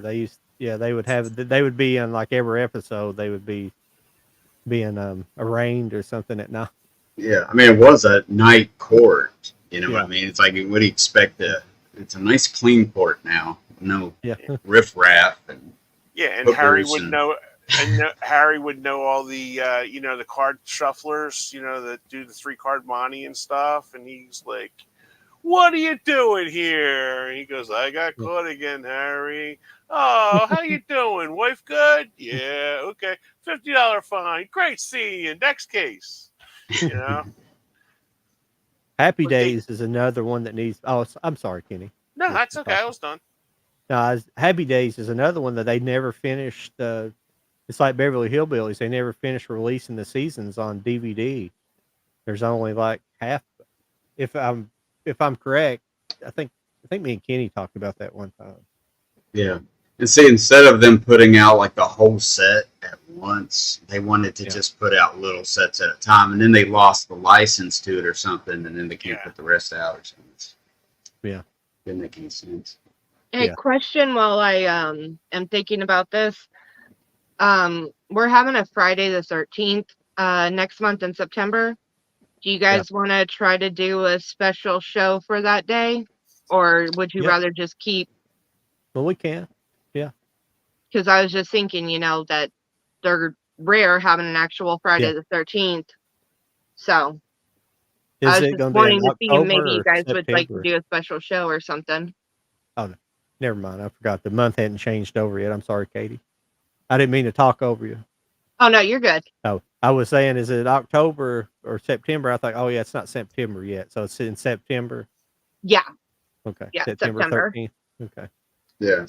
yeah, we can do that for sure, if that's all right with everybody else. Sorry, I spoke really quickly on that, but Yeah.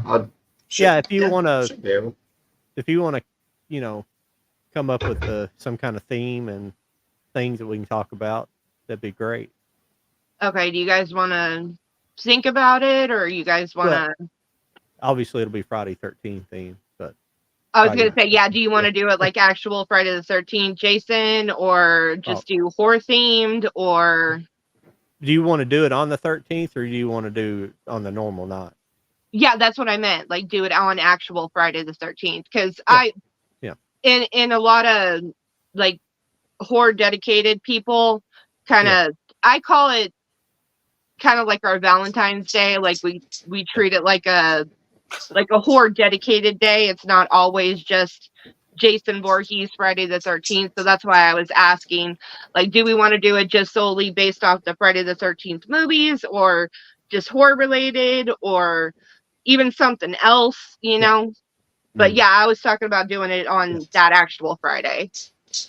Yeah, we can talk about it in upcoming, but it both, whatever, horror and Friday. Either way, that's cool.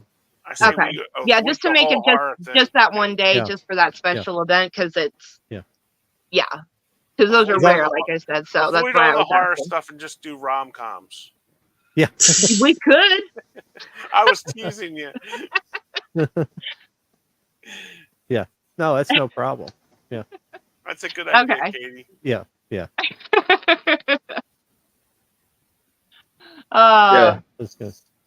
I think there's like other movies too that don't have Friday. It's not Friday the 13th, obviously, but is about Friday the 13th. I'm pretty sure. Mm-hmm. I have to look into it. Yeah, we can look into it. Yeah, because there's plenty of ones that are like Halloween themed that aren't just Halloween Michael Myers ones, but I don't know like there's one called Saturday the 14th. Oh yeah, fun of be like Friday the 13th. Yeah. So, but actual ones that are off of Friday the 13th, other than Jason Voorhees ones, I'm not sure about. So that'll be something to look into. Yeah.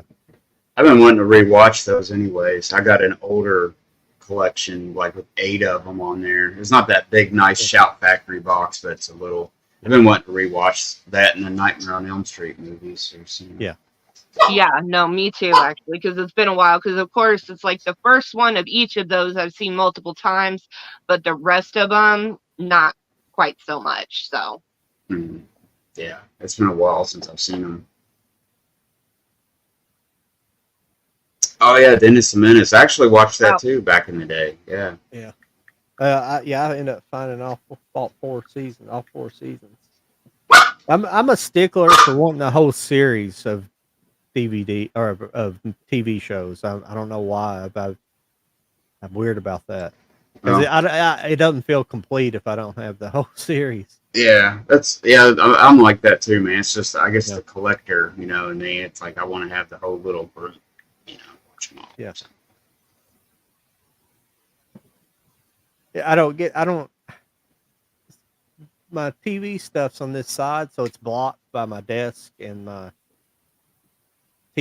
computer monitor, so it's hard for me to make a video on it, and I don't know how to do it exactly. One of these days I'll have a better shelving system, hopefully, and be able to show it off more thoroughly and have them better organized, alphabetical order and stuff like that. But I just got so much TV. It's one of the biggest things I collect for sure. I just got crazy stuff. Crazy. Mm-hmm. This whole shelf down here is all British stuff. Oh, wow. Except I just realized the other day that I haven't moved it yet, but mic stands in the way. It's like if you had to insure your video collection, how much would it be worth, you think? Yeah, how much do you have in your collection, would you say? Over 5,000 pieces.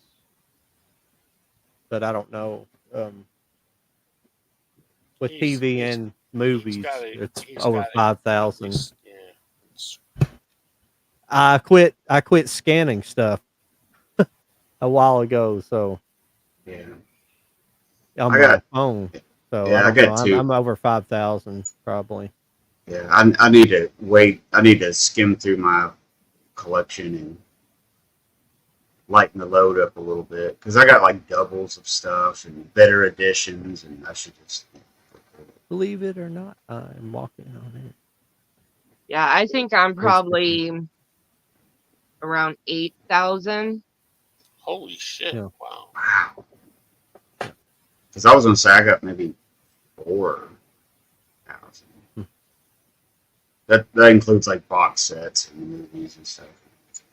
Yeah, that's for like everything, not separating anything. That's for my steel books, my box sets, DVDs, Blu-rays, 4Ks, like everything. Yeah. And this is just guesstimating. What I have scanned in my app right now is about 3,000 and something, but that's of course not everything. That's just what I have scanned as of now. So honestly, it could be more, it could be less. I'm just guesstimating. So. Yeah. Yeah, you'd have to have a list of something they keep up. Yeah, I used to have everything actually written down. And I think I was around 5,000 and something. But that wasn't including any of my Blu-rays or my box sets. That was solely just DVDs. So even then I was higher than 5,000 something. So I don't know. Yeah. But now I'm trying to reorganize everything because I used to keep everything in binders. I never actually had anything like on display, but now I'm wanting to change things up, especially since I started collecting steelbooks. Like, since I spend so much money on those, I really want to display those. And since I love my horror movies so much, I really want to be able to display those as well. Like, those are going to be the two main things I have on display. And then everything else, I've been doing like this, having the artwork just in a little plastic sleeve with the disc in there. So that way I have it all together, but it's just very slim. So that way, you know, it's still very easy to find. Yeah. And everything. And I got it all right here. So in case I want to do like collection videos of certain actors or a certain company or whatever, it's all right there. Or true stories, which is what these all right here are true story ones, you know, that kind of thing. Yeah. And I can keep them very organized and stuff, but it's just they won't take up so much room. Because of course, what I surround myself with, if you can't always tell with me, is horror. You know, I'm Halloween is my lifestyle, so that's what I want on full display always, is going to be my horror stuff, and then of course my steelbooks, because I'm also obsessed with those. So that's just, I think, the best way to do it for me personally. So and Serial at Midnight, that guy, he posted a something on Instagram once that they make like a slim case like that he was trying out. I don't know if he actually ever used them or not. I'm afraid it would cost so much money to buy a lot of that stuff. I like the idea you're using. I like that. It would save a lot of space. Oh yeah.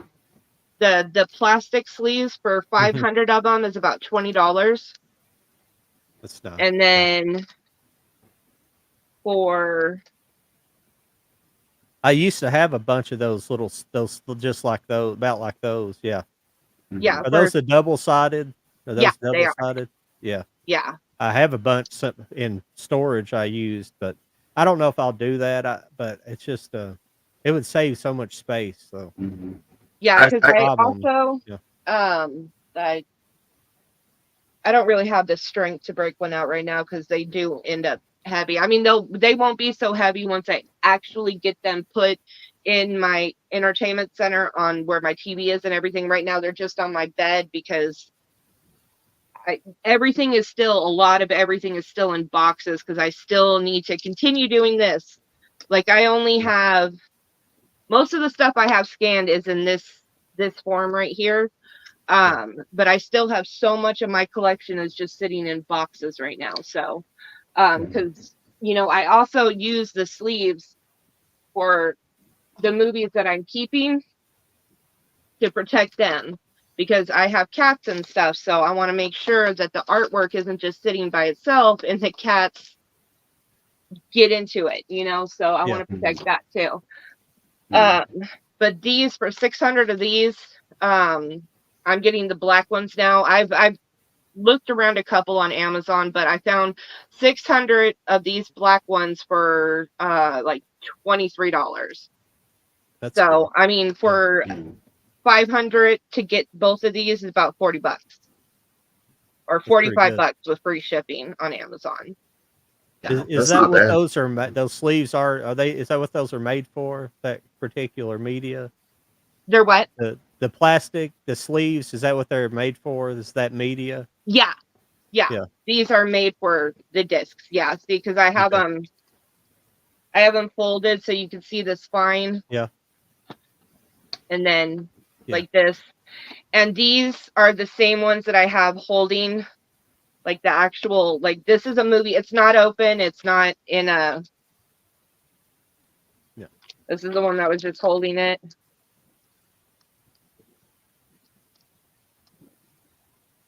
And this one has a slip case. Oop.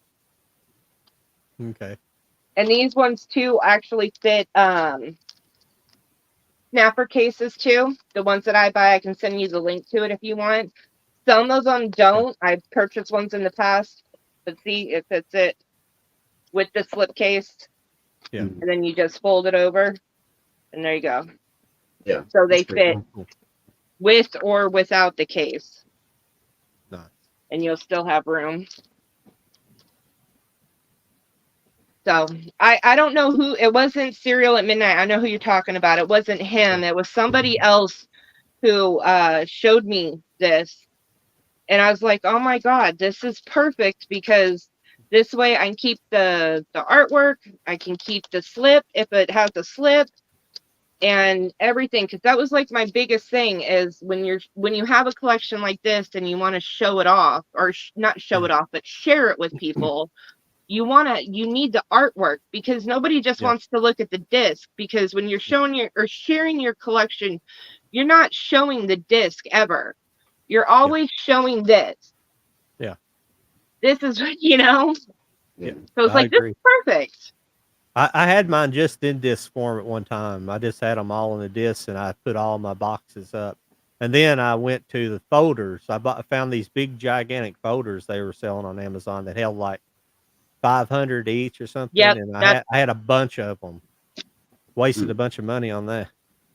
Yep, that's exactly what I had all of my discs in since I started collecting when I was 16. I call them binders, folders. Yeah, they're Mm-hmm. So I brought that picture out. That I think it's supposed to be like a book. Do you guys remember his name? Oh yeah, Uncle Traveling Matt. Traveling Matt. Yeah, I used to love watching that. You get that reference, don't you? Traveling Matt. Traveling Matt. It's a movie reference. It's a traveling. Do you know what a traveling mat was? Don't you? It's like in the old days they used to, if they had something moving in the background like clouds, or they had something moving in the background. It was a traveling mat. It's like they were actually, it's like physically moving in the background. It was called a traveling mat. A traveling mat. So I don't know if that's where that I'm pretty sure that's probably where that reference is. Yeah. I that's kind of clever. Funny. Yeah. Yeah, I got like the Fraggle Rock. That's those three box sets of like DVDs that came out in the early 2000s, mid 2000s. Yeah, this set is weird because it comes just like this. There's no outer box, but that thing I just showed you, it just sets in here. Wonka. There's nowhere to put it at. It's Hmm. weird. But it didn't come with the outer shell. It's the Blu-ray, the Yeah. full series on Blu-ray. Yeah, it looks like it would have like a sliding box or something to slide it Yeah, into. it's strange. This is how it came though. Yeah. Still a nice set though. Real nice. Oh yeah, yeah. I have it all on one set like that. Love this show. Deserved more than one season. Yeah, Amazing I never did. show. I never did get into that. I never did catch it. Really good. They had the movie Serenity that came out. Oh yeah, yeah. Sorry. This was a great series. Oh yeah, Farscape. Yeah. It sucks. I bought Farscape thinking I was buying a box set, but they just came for some reason. Wonka. I don't know if I got gypped or what, but it didn't come with the outer box. It's just the No, 4 individual Blu-ray I cases. don't think so. I didn't inquire into it. I think that's what I bought, but it's kind of weird. Yeah. Jump over here. But it's just I don't know. I don't know why I enjoy collecting television because you Yeah. can get No, kind of what? weird about it. I find out stuff on the internet all the time, different shows that I kind of remember. Turn your butt. And, Thank you. Yeah. but a lot of those TV collections are really cool though. They're all some of them are really individual, like really cool. Like Yeah.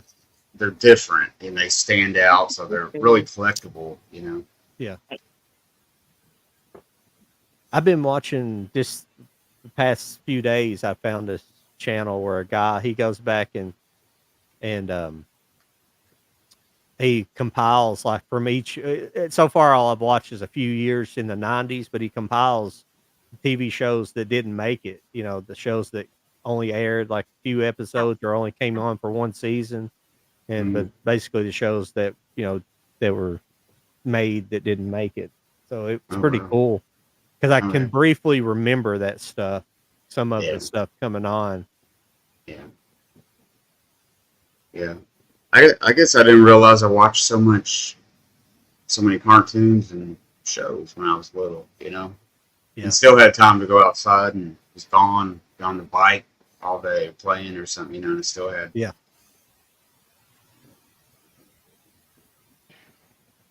Yeah. We back in the day, you kind of had to manage that stuff back and forth. You could, we still played outside, when we were kids. These kids now, I don't know what they do. I'm sure some kids still play outside, but They're on their phones all the time. Yeah. Yeah, it's really sad. Like, I'm so glappy. What the hell?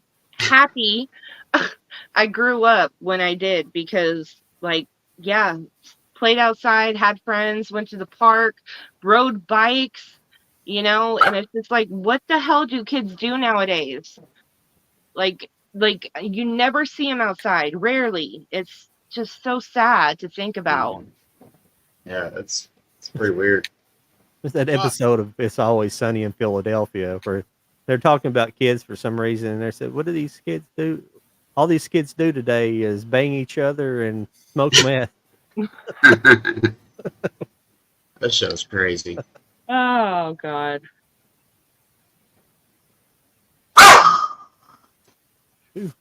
Is that your dog, John, or whose dog is that? No. That's my dog. I've been trying to mute it when he sees the cat. Every time the cat walks by, it's like, would you stop? It's the cat that lives here. My cat, or you have a cat too? I have a cat too. But every time he walks by my dog, he just he goes crazy and stuff. It's like, I picked this up this week. It sounded really interesting. It's called The Smallest Show on Earth. It's got Peter Sellers. It came out in like 58, I believe, 1958. oh, okay. Yeah. I don't know a lot about it. Somebody was talking about it on another show that I watched, but this is like, I believe it's a burn to disc. It's very like the artwork's even really generic. I have a feeling that the transfer is going to be like VHS, Mhm. but I it don't know. sounds interesting. Sometimes It says- I've found something like that and they look good. You know, the Yeah. box might look crappy, but the video actually looks good. But the synopsis on the back says a young couple inherit a, excuse me, my light's not real good in here. A young couple inherit a debt-ridden old movie theater, appropriately nicknamed the Flea Pit, and the three eccentric senior citizens who work there. And it looks like from the back, you might barely be able to see, but I think it's Peter Sellers. He's one of the older, playing an older man Mhm. there. Older Yeah. gentleman. So it sounds like it'd be pretty interesting. Yeah. Yeah. Yeah, I like Peter Sellers. Also picked up this Hulk Hogan Okay. movie collection. Oh, Has wow. No Holds Barred, which I think I have No Holds Barred on Blu-ray, but I got it because of Suburban Commando and Mr. Nanny Where'd you Oh, get yeah. that at? off of Amazon, I'm pretty sure. Oh, okay. Yeah. I'll check that one out. I don't think it wasn't very expensive. I think it was only like $10 or something, I think. I will definitely have to check that out because I love No Holds Barred because I'm a big Yeah. wrestling fan and I was obsessed with that movie when it came out. Mhm. It's Yeah, not a that's- bad movie. Yeah. No, Yeah. No, No Holds Barred is the best movie of those three, but I bought it because like I said, I think I have No Holds Barred. I believe they released it on Blu-ray. I'm pretty sure I have it on Blu-ray. But the other two, I just wanted to kind of pick them up before those go out of print because I doubt they'll ever get a Blu-ray transfer. Yeah. Yeah. I forgot about Mr. Nanny or something. Yeah. Yeah. No Holds Barred this. Yeah, that's the best one on there. But I forgot about that one. Like, I didn't. Yeah. I always just thought he made like one movie or two movies or something. I picked that up as well. That 4K, Can't Hardly Wait. Oh, I love that movie when I was. Yeah. Ow! Oh God! Yeah. Please go.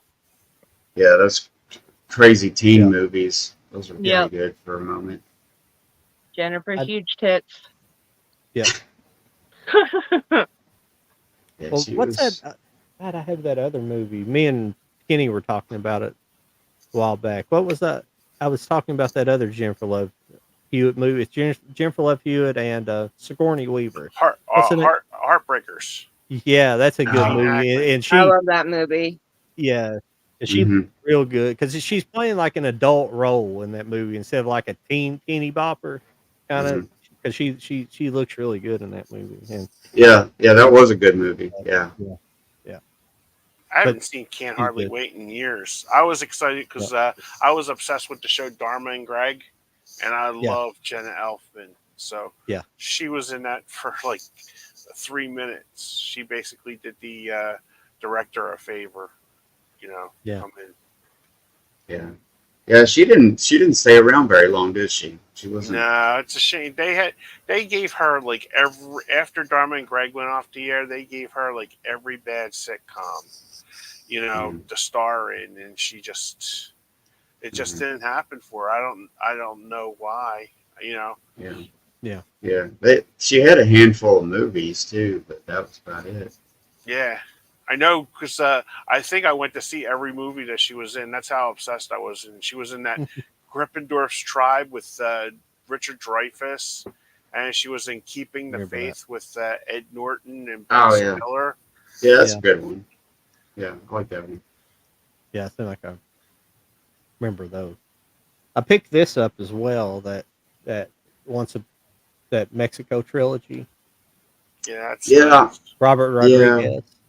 Yeah, I was kind of torn on that one. I actually recently pulled out all those. I have them on like DVD and stuff, like especially Once Upon a Time in Mexico. And then all of a sudden they announced that box set. And I'm just like, Somebody said there's only one 4K on there though. Yeah, it is. I didn't know that when I ordered it. I didn't, I just pre-ordered. I seen where it came out, so I just went and pre-ordered it. So I got it, and Desperado's the only one in 4K. The other two are just 4K transfer Blu-ray. I'm like, That's I was like, what the that's heck? I still haven't seen any of those ones, even though I think it's Yeah. Once Upon a Time in Mexico is the one with Johnny Depp. Mhm. I still haven't seen it yet. Yeah. And Yeah, it's pretty good. just watched Crybaby, which again is Johnny Depp, Yeah. which Yeah. I think I went over that review actually in my last video, maybe, I don't remember, but I didn't actually like it all that much, but it's probably because I know it's satire. It's like making fun of those movies from what, the 80s or the early Sure. 90s or whatever. Like the 50s and stuff. It's John Yeah, Waters. yeah, like when Grease came out and stuff. But I get that, but I don't know. It was such a weird movie. So I think I'm gonna need to watch it a couple of times to really like get it and like it. Which I've had to do that with a couple of movies, and the more I watch it, the more I like it. So I am gonna give it another shot. But damn, that movie was so fucking weird. Like, It's John Waters. Really You familiar with John Waters? Yeah, no, I mean, I know Pink Flamingos. I know the history of it. And They get weirder than that one for sure. That's more straightforward for John Waters. Crybaby. Crybaby, yeah, that's probably yeah. Well, I've never seen Pink Flamingo though, or what else has he done? What other ones? Serial Mom is pretty normal. Yeah. Okay, Serial. I love Serial Mom. That is hilarious to me. But it's because probably I saw it when it came out, so it was, you know, that could have something to do with it too. Is the fact that it's a product of the time, maybe. So I don't know, but I love Serial Mom. I've always loved it. Yeah. I don't know. Crybaby's a lot of fun, I guess. I guess the more you watch it, it doesn't take itself too serious, and that's what's kind of funny about it, you know. That's what I'm thinking, is that maybe I just wasn't exactly ready for what it was, but you know, like I said, I do want to watch it, you know, again and everything, and maybe it was just a shock because I didn't know that it was going to be what it was. I don't know. Yeah. I don't know. So, and I do want to watch Pink Flamingos. Everything I've heard about it makes it sound insane, but you know, I'm up for whatever. Like, you know, like I didn't hate it. I didn't think it was so outlandish that like, what the fuck? It wasn't like that. It was I'm not criticizing your opinion. That's a pretty typical opinion for John Waters movies. Yeah. Because he's kind of you love or hate kind of a director. Yeah. Yeah. And I think directors can have hits and misses, you know, like it's not that, just like even with Tim Burton, you know, like just because I love Nightmare and I love Beetlejuice and Edward Scissorhands, Sweeney Todd and Sleepy Hollow and everything, it doesn't mean that I have to love every single thing he puts out. Like I'm not gonna, you know, I'm still gonna have my opinions no matter what. I mean, I have loved everything that I've seen from him, but like Pee Wee Herman, I still haven't seen his first ever movie yet. Oh man, that's so good. Yeah, that's my favorite Tim Burton movie still. It's a lot of people's, I know. But I really don't know if I'm gonna like it or not, just because I've never really gotten drawn to that character. Can you? Yeah, John's got the shirt. Oh, yep. That's a cool shirt. I saw that on Groove. They have the Pee Wee Herman's the series thing on Blu-ray, Pee Wee's Playhouse. Yeah, I'd like series or whatever, but it was like $79 though. So I don't know. Yeah, I never did really watch it that much. These are a couple of early John Waters movies: Female Trouble with Divine. That's a pretty crazy one, and Multiple Maniacs. That's another one with Divine. Oh yeah. He worked with Divine. She was a transvestite. Okay. He was a welder by trade and a transvestite actor as well. It was crazy. Interesting. Nothing wrong with that. I mean. Yeah, I think Criterion put out Polyester too. I think that was his other movie.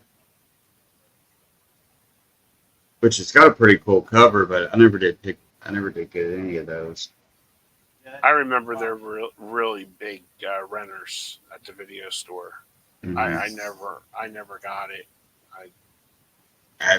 I never did either. There was just too out there for me sometimes. Yeah, it's just like I did like Hairspray. He did Hairspray. I thought that was really good. But yeah, I forgot about that. I just it's like, hey, to each his own. I just don't. Yeah. I didn't get it. Yeah, it's too much sometimes. Pink Flamingos it's kind of hard to get through. Like Multiple Maniacs, those first two, I can watch them. They're crazy and they're kind of fast paced, just madness, Mhm. But Pink Flamingos is, I don't know it. I'm not going to say it, but it's got a couple of scenes of it's this kind of filthy, grimy move. I don't know how to explain it. It's just it was trying to be shocking most of the time anyway. Yeah, in his movies. I think Criterion put out Polyester too, John. I think at some point. Yeah, I have it. Polyester is not that bad. I think Polyester's pretty. It's kind of it's more straightforward for John Waters too. Yeah, I think Now so. it came on the heels of those two movies I just showed you. I have it somewheres over there, but I can't remember. And then I think after Polyester, what was Polyester or Pink Flamingos first? Was Pink Flamingos before? Was it after those two and then Polyester? No, I think that came after. I think Pink Flamingos was like one of his first movies or something. Okay. Yeah, First well, those real two movies. I think are his first two, but then Pink Flamingos and then Polyester and then Then he I does guess like it would've been Hairspray or something Hairspray. like that. yeah, And it then would have been, Crybaby, and I think that's how it is. yeah. For some reason, I can remember a chronological order sometime of like movies and stuff. Now, some of his movies he made in the 90s were kind of good. Cecil B. Demented was good. And Pecker was another one that was kind of a big success. That was good. That sounds familiar, but Yeah, it has Furlong. Yeah, that's what I was going to say, Kenny. It has Edward Furlong in those Furlong, movies. yeah. okay.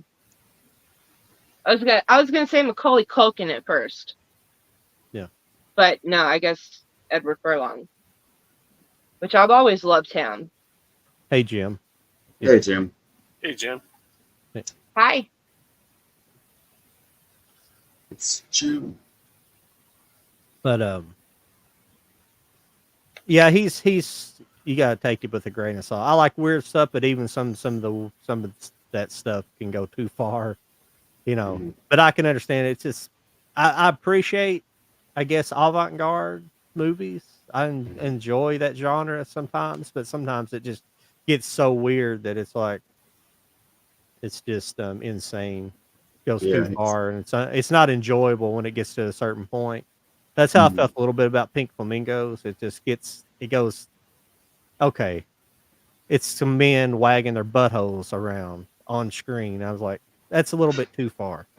Yeah, well, it's like early David Lynch and stuff. It's Yeah, kind of out there and stuff. Yeah. Like, So you I'm like good with weird, with disturbing, with whatever point you're gonna make with whatever, but it's gotta fit the story. Like, don't just do it to shock people just to shock people. Like, there should be a point behind whatever you're doing, because otherwise, why? Yeah. Like, just to shock people, like, that's stupid. There is no point to that if it doesn't fit in with whatever story you're trying to tell. So, I mean, Yeah. Oh, Jim said something about Mandy. That was way out there, man. Yeah, but I really like Mandy though. I did too. I really like Mandy as well. It's cool. It has this awesome look to it and stuff. Yeah. It was like, man, I need to watch that again. So actually. It's cool. It's like one of those movies you can watch a bunch of times and just see different stuff and catch different things about it. I think a lot of that. I think John Waters was very inspired by a lot of the exploitation movies in the 70s. Yeah, it's got that kind of shock style of it. Kind of like Andy Warhol and Yeah, shocking theater. Yeah. he definitely got more mainstream, which I think actually made his movies a little bit better. You usually don't say that a lot about people when they kind of make a little bit of money and start making more mainstream movies.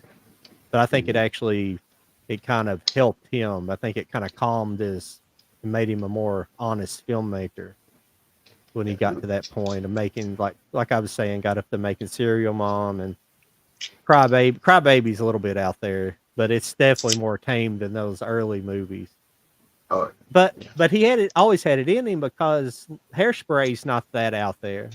You know, it's kind of a more straightforward movie for him. yeah. So I mean, they even remade it. You know, made a musical and everything out of it. Yeah. So. Oh, was the original not a musical? No, I don't think so. I haven't seen either one of them, so I didn't know that. I thought it was a musical. Yeah. Oh, okay. Polyester has the scratch and sniff cards. Yeah, that was that one. I was trying to think of that. Yeah. Yeah, I think didn't they have them in the theaters? Mm-hmm. Like in the theaters, yeah. Don't work. Yeah. Okay. Yeah, he kind of he took a note from not Roger Corman, but William Castle, like with the shocking seat and like just gimmicks to get people in there to a certain degree, like with the scratch and sniff cards, and he had something else for some other movies and stuff like that. Like get people in there to interactive movie making, I guess you could say. Yeah, there was one artist, like I'm not like a huge art person or whatever, you know, like movies is my thing. But there was this one artist who did, I think, one of the most shocking but also very impactful things ever. I don't remember her name, but I think she was naked or whatever. This was like in the 70s or something like that. I don't remember. But anyway, she stood naked and she surrounded herself with all kinds of weapons and stuff. And she basically said, do whatever you want to me. I'm not going to stop you. So she had like feathers. She had like markers. But then she had knives and she had a gun with a bullet in it. And she said, you can do whatever you want to me. She literally stood there still and she vowed not to move. She was so dedicated to this that she did not move. And I think it was for, I don't remember. It was for a few hours or a whole day or whatever. So people would come up, you know, at first start tickling her and then drawing on her.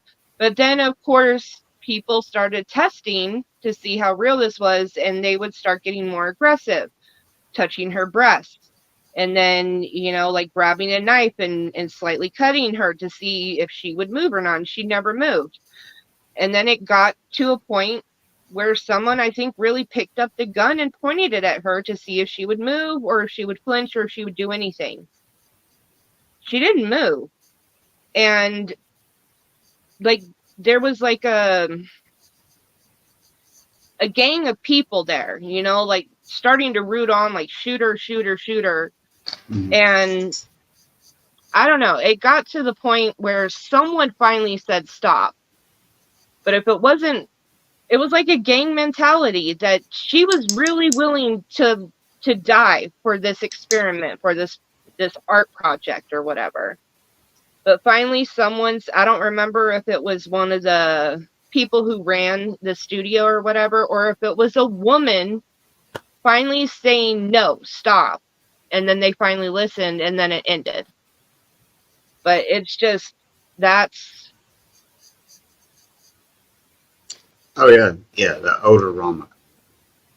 That's just how far it's like. That was shocking, but it was for a purpose, to see how far society is willing to go. It's like, Jesus Christ, man. Yeah. Like, you can look the video up online too. I like I said, I don't remember what her name is, but I think if you just look up like art something like, you know what I'm. Yeah. Living art or artist who almost got shot for her project, something like that, and you could find it. I've heard of that before. Disturbing. Yeah. Yeah, People it do sounds crazy familiar. things with art in the name of art. Yeah. Yeah. But see, that was, like I said, that was shocking, but for a purpose. So, but if you do shocking just for shocking purpose, it's like, what is the point in that? Oh my gosh, dude. Can we please stop jumping? Yeah, it's crazy. But that is just insane. She was literally willing to die for this. I mean, art, but also like experiment. Like, imagine if someone really pulled the trigger. Like a social experiment. Yeah. Like, Jesus, I just really can't believe how willing people are to go from first just tickling her, and then just a few hours later, someone is really about to pull the trigger on her. Yeah. Well, I guess it would be different if she had a blank or something in the gun, just to see who would actually do that. But it wouldn't really hurt anybody. It would just be a blank, it would be a fire, but not. Yeah, I think it was a real bullet though. Like, I think that's why that's why she did this, because if it was a blank, then this wouldn't have meant anything, because then she knew that she wouldn't have died, and that kind of would have invalidated. At least I think, if I'm remembering this story correctly, she really needed to actually put her life on the line for this to be her art, because she's done stuff like this multiple times. This is the specific one that I really remember, but she's done other things that put her life on the line in the name of art. Because she's what do they call it? Where they performance art. Yes, thank you. Yeah. But she's done other stuff where she's gone like days or something without eating when because she's also over, like, I think in England, or she's over the pond somewhere, where they were going through something, and so she went like days without eating or something. I don't remember. Like I said, this is the one that really stuck out to me. That's why this is the one that's like ingrained in my brain. But she's done other stuff too. Well, it's like those kids who were the climate change kids who were gluing their hands to the blacktop and stuff, and they were using like that industrial glue, and they couldn't get it off. It wouldn't come off, so they had to break the asphalt up and take them to the hospital, and they probably end up with severe injuries because of it. Oh yeah. Yeah, that shit was crazy. And they also had those one people they were protesting the same thing for some reason, tying the environment into why, and they were throwing like tomato soup and stuff on like priceless artwork. Oh yeah, I heard about that. That was last summer, I believe, when all that was happening. Yeah, that was. And they were gluing their hands to the walls and things like that in art museums for some reason. I guess because it represented like rich people or something. I guess I don't know what it was. Oh, I think they were doing it on oil painting. So it was oil painting. So they had to. They wanted to get rid of oil companies. Yeah. Yeah, I think they ruined it. So. But all the paintings were protected with glass. They all have like glass covers over them, so they weren't hurting anything. I believe. I don't think they ruined anything. Oh. Okay. I might be incorrect, Mike. Some of them might have not have been protected, but yeah, I heard about it, but I didn't know for sure if they did ruin it or if they just. We live in crazy times. I've just accepted the fact that I just kind of want to ride this freak show to the end, ride this freak show into oblivion. Yeah. Yeah. What was the thing that Jim Morrison said? I'm gonna something until the shit house goes up in flames or something. What was it he said? I can't remember. Oh, I'm gonna get my rocks off until the shit house goes up in flames or something like that.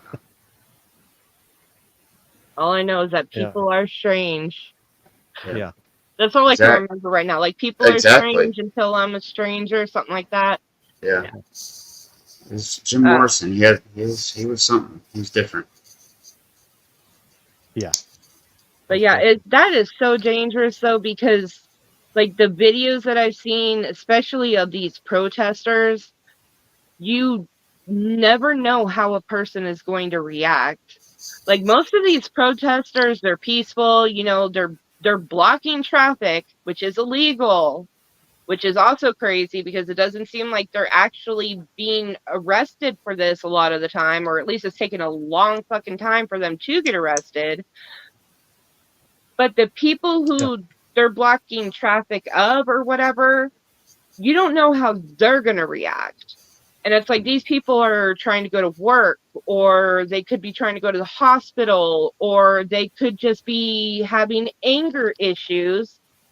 And it's like you are taking the hugest risk doing this, because this is not a peaceful protest like they think it is, because you are costing people their livelihood by trying to block them from work, from whatever, you know, and that is very dangerous.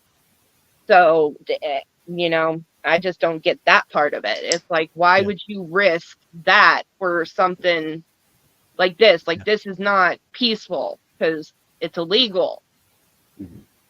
So I don't know. I just don't get it. Yeah.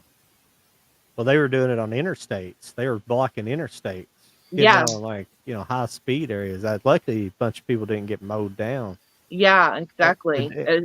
Just by accident, not even on purpose by the drivers, just accident, you know. Yeah, that too, because it's just scary, and a lot of these people seem to be kids too, because you know a lot of the younger generation or whatever seem to be all eco-friendly and stuff. So it looks like there are a lot of like college kids and stuff, and what a shame to lose your life that way. Like you haven't even been able to grow up and figure out your life and stuff, and seems kind of like a waste.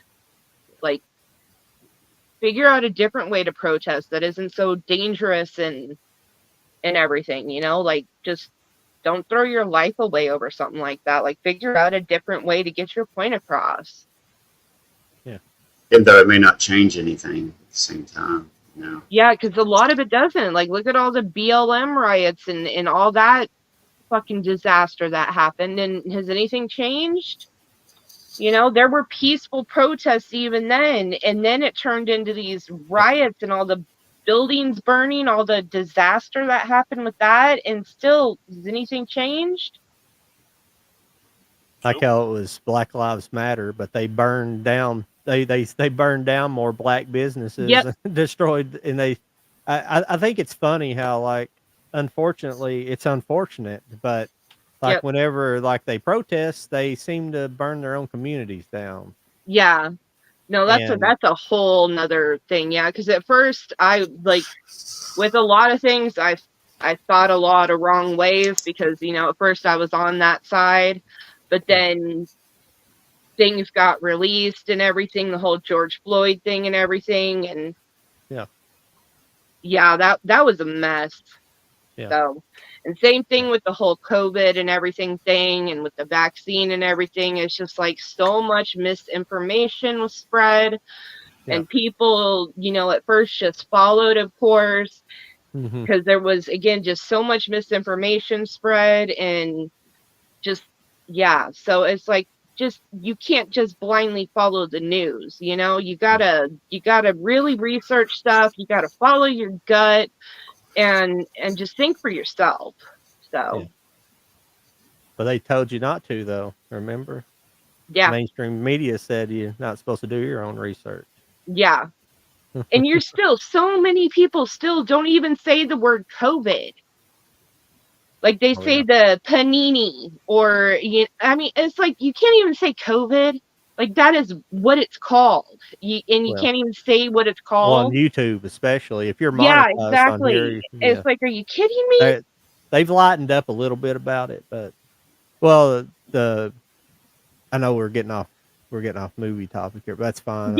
Sorry, we're not even talking about movies or anything. But well, we're about finished here in just a little bit anyway, so we can talk. But the thing going on right now, they're coming out with a new COVID vaccine.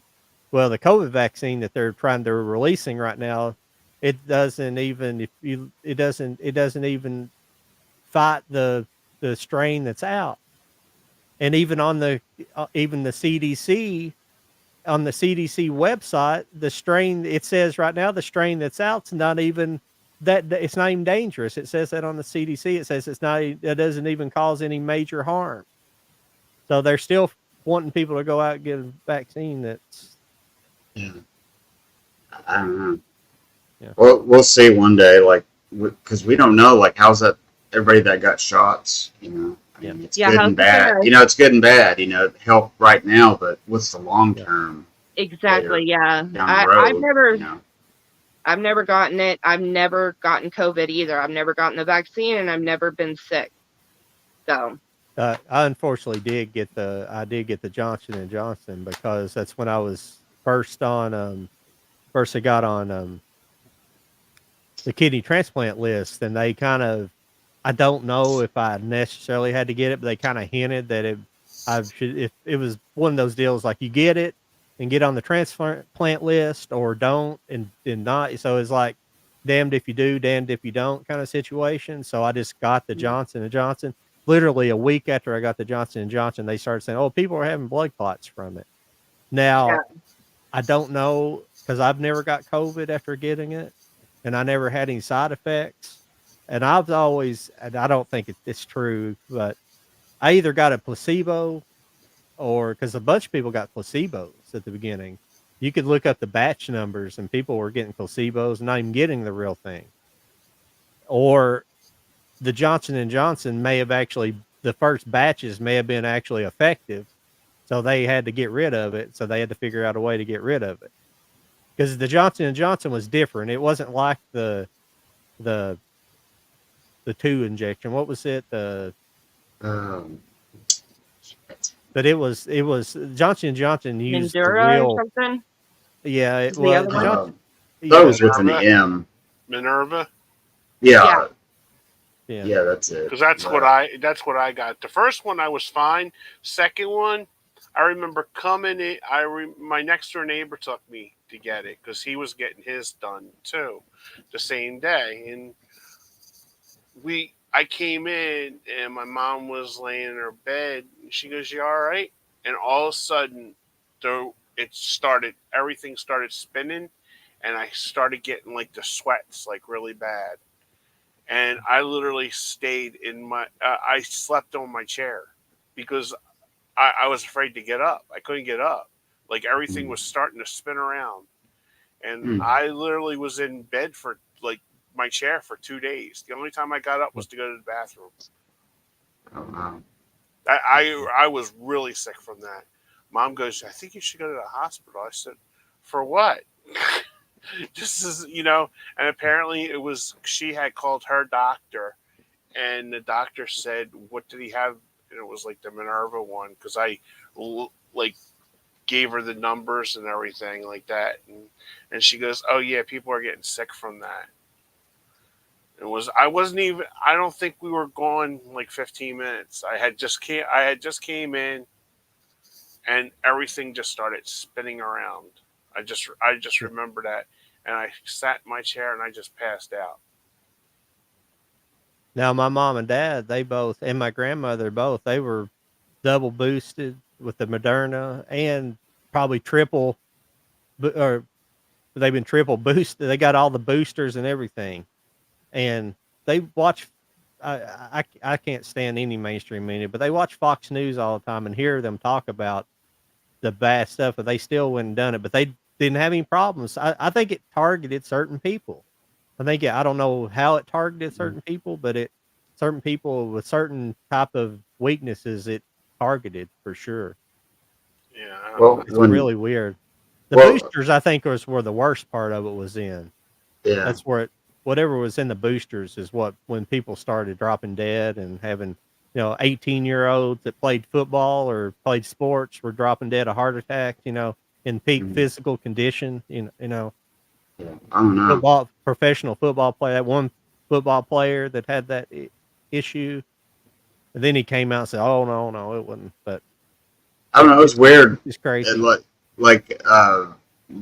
my wife and 2 boys, they both got it, or she got it, and the 2 boys got it, and I didn't get it. And it's like, how could we all be in the same house and not transmit it? But I never did get it. So I got boosters and I got all the shots. And so well, Yeah. one reason I didn't get it either. I was in a situation where I couldn't, but I didn't really try to protect myself. Even being on dialysis, I wore a mask a little bit at the beginning, but I thought it was kind of stupid after a while, but I didn't really protect myself, but I never did get it. One thing I did do a lot before is I took a lot of vitamin D, and a lot of Mhm. people were really deficient on vitamin D, and that was Mhm. that was one of the things that they pushed a lot. The actual doctors that would speak the truth about it would say you need to have a lot of vitamin D and stuff and Mhm. all that. Yeah, that was really weird. Yeah, it don't make any Vitamin D. sense. Yeah, yeah, Yeah, with me, Yeah. I've never liked the idea of even getting the flu shot just because it, it's not actually like the zombie apocalypse that I thought was happening, but it was something like that. Like I Am Legend, where everybody got this one specific shot and it turned out bad. I didn't think there was enough research into it. And I thought nobody knows what the long-term effects are going to be. Whatever that turns out to be, not the actual zombie apocalypse, but I just said the zombie apocalypse because that was the only example I could say that something could go wrong. And I Mhm. do not trust the government. I do not trust that something could not happen by taking this shot just because the government is saying that this is yeah, what we all need. I yeah, just didn't trust it. So I never yeah, take the flu shot and I did not trust this. So I was like, no, I'm not going to take it. They cannot force me to take it and I'm not getting sick and just no, I'm not comfortable with that. So I just never took it. And like I yeah. said, I never got sick. I used to get sick all the time too. Like I've gotten pneumonia before, I've gotten bronchitis a lot, and I don't know what has happened with my body, but I think all the medication that I've taken over the past 10 years with my diabetes and high blood pressure diagnosis, along with other stuff too, that somehow Mhm. it's built up my immune system that I literally have only been sick one time in the past 10 years. And I think that was because of all the stress I had on one of my trips back home to California and everything, that I think it was stress that actually made me sick, not anything else. And then I don't get sick anymore. So that's another reason why I just thought too that I really don't have much to worry about. So, but either which Yeah. way, I still never would have gotten the vaccine because I just never trusted it. And I'm glad that I never did too, because of all of the side effects, all of the complications, all the CDC guy who was pushing it on, or whatever his name Fauci, was. Dr. Fauci. Yeah, that guy Yeah, coming out being the yeah, huge liar asshole guy. And it's yeah. just like, I'm so happy. Like I trusted my gut, knowing that there's just so much we cannot trust. So I like the Dr. Fauci. He's double boot. He got the vaccine, and he's like it's sextuple boosted 6 times. He got boosted 6 times and had COVID 3 fucking times. So it really protects you from getting the yeah. COVID. Well, I don't think anybody knew what to do. I yeah, think nobody had answers for a while, and I don't know. I yeah. think they were just shooting in the dark for a while and see what would work and Well, what they didn't. knew good You and know? well those vaccines were because they've been trying to make a vaccine for that particular thing for years and never been able to. Then they all of a sudden were able to do it. All of a sudden, I just don't. Yeah, it's Yeah, like it was way too fast. Like I don't care yeah, how many people you have working on it, something like this on this scale, there's no way, because again, it's too big of a thing. And just, oh, in 1 year you got it? I don't think yeah. so. That was Well, Well, no. well, the drug well, companies, they could probably cure all kinds of stuff. They probably have the cure, but they wouldn't make any money. They wouldn't make billions of Yeah, dollars a like I yeah. month. really think there's a cure for Well, cancer, but well, they're that's not going to put it out because yeah, big pharma is making too much money on all of the like cures, like chemo Yeah. and all that kind of Yeah. stuff. You know, like I really do think there are conspiracy theories that exist like that because everybody just cares about money. Yeah. You know, they don't care about people. They don't care about our suffering. All they care about is their money. Like I Yeah. can go on and on. Like, have you guys ever listened to a guy named Ren? He's a rapper singer guy. Mm-mm. I No. never heard him, You so. guys should. He has some really, really interesting songs that just are just amazing songs that go into all this kind of stuff. He's Yeah. he has got a to brilliant mind and a poetic mind. I've listened to Alex Jones. Do what? You listen to the what? listened- Ellen show? Alex Jones. Oh, Alex okay. Jones. Gotcha. I was like, the But Ellen many, show. What? many. Well, not just listen to Alex Jones. I've read a lot of books and I've listened to a lot of other people over the years, other than Alex Jones. But yeah, it was Yeah. just kind of a joke. I've listened to Alex Jones, but I've never heard of him. Yeah. I can send you. I can send you guys a video in our chat, and if you guys want to That'd be check him cool. out, you can. If not, Yeah, you can send me totally one if you fine. want to. Yeah, there's a lot of crazy stuff out there. The thing about COVID is I'm not 100% sure. It's not. It was a lot of coincidence with that and the way they treated the election with the mail-in ballots, how they pushed all that stuff. There's a lot of coincidence. So did they release it on purpose or was it a legit accident?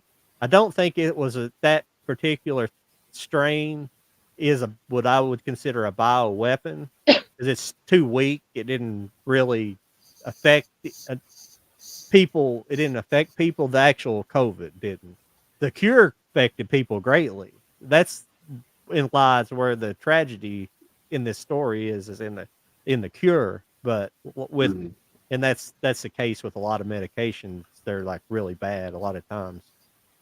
See, that's the big thing. That's why they don't want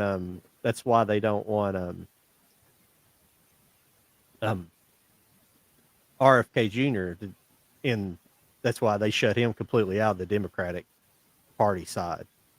Because he wrote a whole book about this. That's his whole thing. He's a little hippy dippy about his politics, but he's right about all that stuff. He wrote all this stuff about the FDA. He's been ahead of like the Children Defense League for years, and he's been ahead of a lot of environmental cleanup. Legit environmental issues, things that need pollution, things that need to get solved. Like the Hudson River was so polluted that there was a section of it that caught on fire at one time because I think it was like Ford was dumping like paint and stuff into the Hudson River. They would just dump paint. They said if you knew what color they were painting their cars that day because of the color of the water. Yeah. And stuff used to be horrible. Yeah. But he was one of the lawyers that went in and helped get all that stuff done. But we could go on all night long about that. I don't know. I know money is the big factor in a lot of things sometimes, but who knows? Who knows the answers? That's the real environmental issues to me: industrial pollution, stuff like that. Mm-hmm. Yeah, I think global warming needs to it's bull. Be torn down and built back up by us, the people who are actually supposed to be running and having a say so in how the country is run. But no, it's always run by the people in power, the people with money. Like, I highly doubt that we are actually the ones who are going to have a say so in if it's Biden or Trump, who win or the whoever else is. I'm not really into politics or anything, it's just I have very little knowledge of anything. I just go off of what I see, and it's like we don't actually vote and actually have a say so in anything. It's all run behind the scenes, and we're just the sheep that think that we have any kind of a say so. We're pawns or whatever. Well, especially with Kamala, because nobody voted for her. They're just installing her essentially. Nobody voted for her. Black nobody voted woman for her or whatever. Isn't that she what wasn't Trump primaried. said? She wasn't primaried. Yeah. And when she ran for president, she was shut out. I mean, she got destroyed by Tulsi Gabbard. Destroyed her in the debates. and now everybody just loves her, or supposedly. Who Oh. knows how much is propaganda? But No. the problem is I want to see a woman president, and I don't care if it's a woman of color. I Yeah. don't care, but I want them fucking qualified. I want them to be intelligent and know what they're doing. I don't want another puppet president. You Yeah, know, like, God, how the hell did Biden ever even? What the fuck? All these videos that I've seen of him, he can't even say two coherent words together. He's squatting while he's shitting on stage or whatever. He's falling asleep. Like, how did this happen? We are the laughing stock. He is a fucking laughing stock. Like, Right. how He's did too this old, happen? to a certain degree. We need somebody well, younger. More he in was showing touch those signs in 2019 when he was running. with- He was showing those signs in 2020. It's Yeah. crazy, but you know, I don't know. It's unfortunately the the military, it's called the military industrial complex, is taking over because they after World War II they found out during World War II basically because we needed the military had to be ramped up so quick they had to use private industry and so the private industry figured out, hey, war is profitable. It's very profitable. Mhm. So ever since World War II, we've been basically in a constant war. And everything, pretty much you had Korea, Vietnam. especially Vietnam, Yeah, Vietnam, and then the Gulf Wars, but we were in wars during the 80s too, just like more minor conflicts. But well, in the wars in Or- South America or- that they didn't talk about too Yeah. much, yeah, Iran Contra, all that Central stuff, yeah. America. I'm sorry. It's just I But don't know. It's crazy. it's called a war economy, but we're not really a democracy. Well, we never were a democracy, but we were. But it's called more of an oligarchy now. It's upper 1% run everything. The people with money. So Mhm. kind of sad. I think it's how it's always really been. It's just Yeah, it really has. Yeah. Mm. Even back to the Yeah. days where the kings and the kings and queens and stuff ruled the yeah. They it's basically that still a monarchy type system. to a You got certain- bloodlines, and those bloodlines still rule everything, or there's some connection there. Mhm. I'm not the person to really explain that stuff because there's a lot of people very knowledgeable about different subject matters, but I'm very interested in those subjects. So I like weird esoteric things, and that's where it gets into. It kind of gets into kind of creepy realm. Yeah, So- yeah, it's worth to listen to it sometimes because some of it's gobbledygook and some of it's like, wow, Yeah. I didn't think of it like that before. Well, you guys ready to call it evening? Yeah, I think so. I'm thinking about the head to the old bed. yeah. I No, picked up that too, Mike, this week. Oh yeah, yeah. I was disappointed with that because I wanted the 1981 version. The original on there somehow. And I don't know. It's Yeah. like, why did they go with those two? Especially the Yeah. sequel. It was kind of strange, but Yeah, They should So have put there's- 81 on there. there's so- an older Mhm. sequel Yeah. too. I Yeah. think so. Oh, okay. I didn't Yeah. know that. That's why I thought that was the Sam Worthington too. Yeah, it's both Well- of those. The sequels. it's both the Sam Worthington movies. Yeah. Oh, okay. It is. Okay. Yeah. He's talking about the old ones from Yeah, the 80s. old Harry ones. Hamlin one. Yeah. Yeah. I like that Harryhausen stuff. Yeah, Stop motion. I don't know. It's just amazing. It's creepier Yeah. to me in a way. Yeah, I thought that's kind of what those were. I did look into it, but I thought, well, I'll get it anyways because those are not bad. But I haven't seen the sequel, believe it or not. I've seen the first one, but I haven't seen. I haven't either. Yeah. Yeah. I was I didn't- just I didn't- like, I nah. didn't even The know there first was one- a sequel. To be perfectly honest with you. Yeah, I watched the remake and I was just like, nah, it's just CGI death, Yeah. and- Yeah. But it's it's still entertaining, but It's funny when I saw the original one where it was me and my friends. We were watching it, and I can't remember. I think we may have already seen the remake one, but where it's showing the seagull just hanging in the sky or whatever. Yeah. All of us just busted out laughing because it looked so fake. Which I understand for the time, you know, and everything, but it just looked so fake. Which it was, I guess to us, it wasn't in a good way. I mean, I haven't seen it since then, so I can't say if it was just my naive brain at the time, or if it was just because we were in a group setting or what, because I don't know. But I actually like the remakes. I really think they did a good job. I mean, yeah, I know CGI can be good in certain ways, and of course practical, like The Thing, like, oh my god, give me The Thing, the original, over any CGI any day of the week, because practical is so fucking good in that movie that I would hate any CGI over that. But I don't know, just that one scene. I can't remember anything else from that movie as far as the practicals versus the remake with the CGI, but just that one scene of the bird on the string just cracked us up. So I just had to mention. I just thought I could not stop laughing at that. Sorry if that makes anyone mad or offends anybody. Sorry. Oh no, I need to check out that sequel to that one. I never did watch it.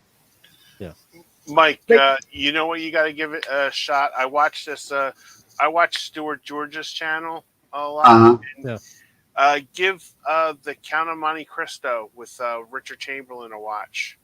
Oh yeah, I think I've seen that. I like those like Three Musketeer movies from back in the 70s too. You know, those ones. He recommended those too, but I never seen the Count of Monte Cristo before, and that was really really good. It's on Tubi. Yeah. Well, the one with Leonardo DiCaprio is pretty good too. Yeah, Man with the Iron Mask. I was gonna say, is that the one, Man with the Iron Mask? Yes, Well, no, wait a minute. They did the Count of Monte Cristo, but he wasn't in that. I'm thinking of something else. But yeah, the Man in the Iron Mask is good too. And then they're both good. And I don't know I'll check that out. If this is a man or Three Masked ones, but there's one with Johnny Depp called Don DeMarco. Yeah. I don't know. I think that one is actually a romantic one, so never mind. But just the DeMarco made me think that maybe it was, but it's been a long time since I've seen it, so I think it's a romantic one though. So never mind. Yeah, every time I think of that movie, I think of the Bryan Adams song. Have you ever really loved a woman? He was nominated for an Oscar for it. He got an Oscar nomination. Because that used to. I remember when I went to see it in the movies, and it played, and it was like, oh, okay, that's where it's from, because it used to play in our store like on a loop, like every 45 minutes. It was like so popular, the Bryan Adams song. Well, he wrote Robin Hood, Prince of Thieves too. That's what I was thinking of just then. Yeah, I didn't see it. I didn't see it for like 30 years because of that, and then I watched it finally. That's the one with Kevin Costner, right? Yeah. Yeah. Okay. Yeah. It's good. It's pretty good. A long time. I haven't seen it probably that many years either, Mike. You haven't seen that in a long time? Yeah. I need to look for a copy of it. That's a good one. It's just weird movies like that I don't own. Yeah. I found one day for like 50 cents and brought it home, watched it, and it was pretty good. Possible. I think I have it on laser.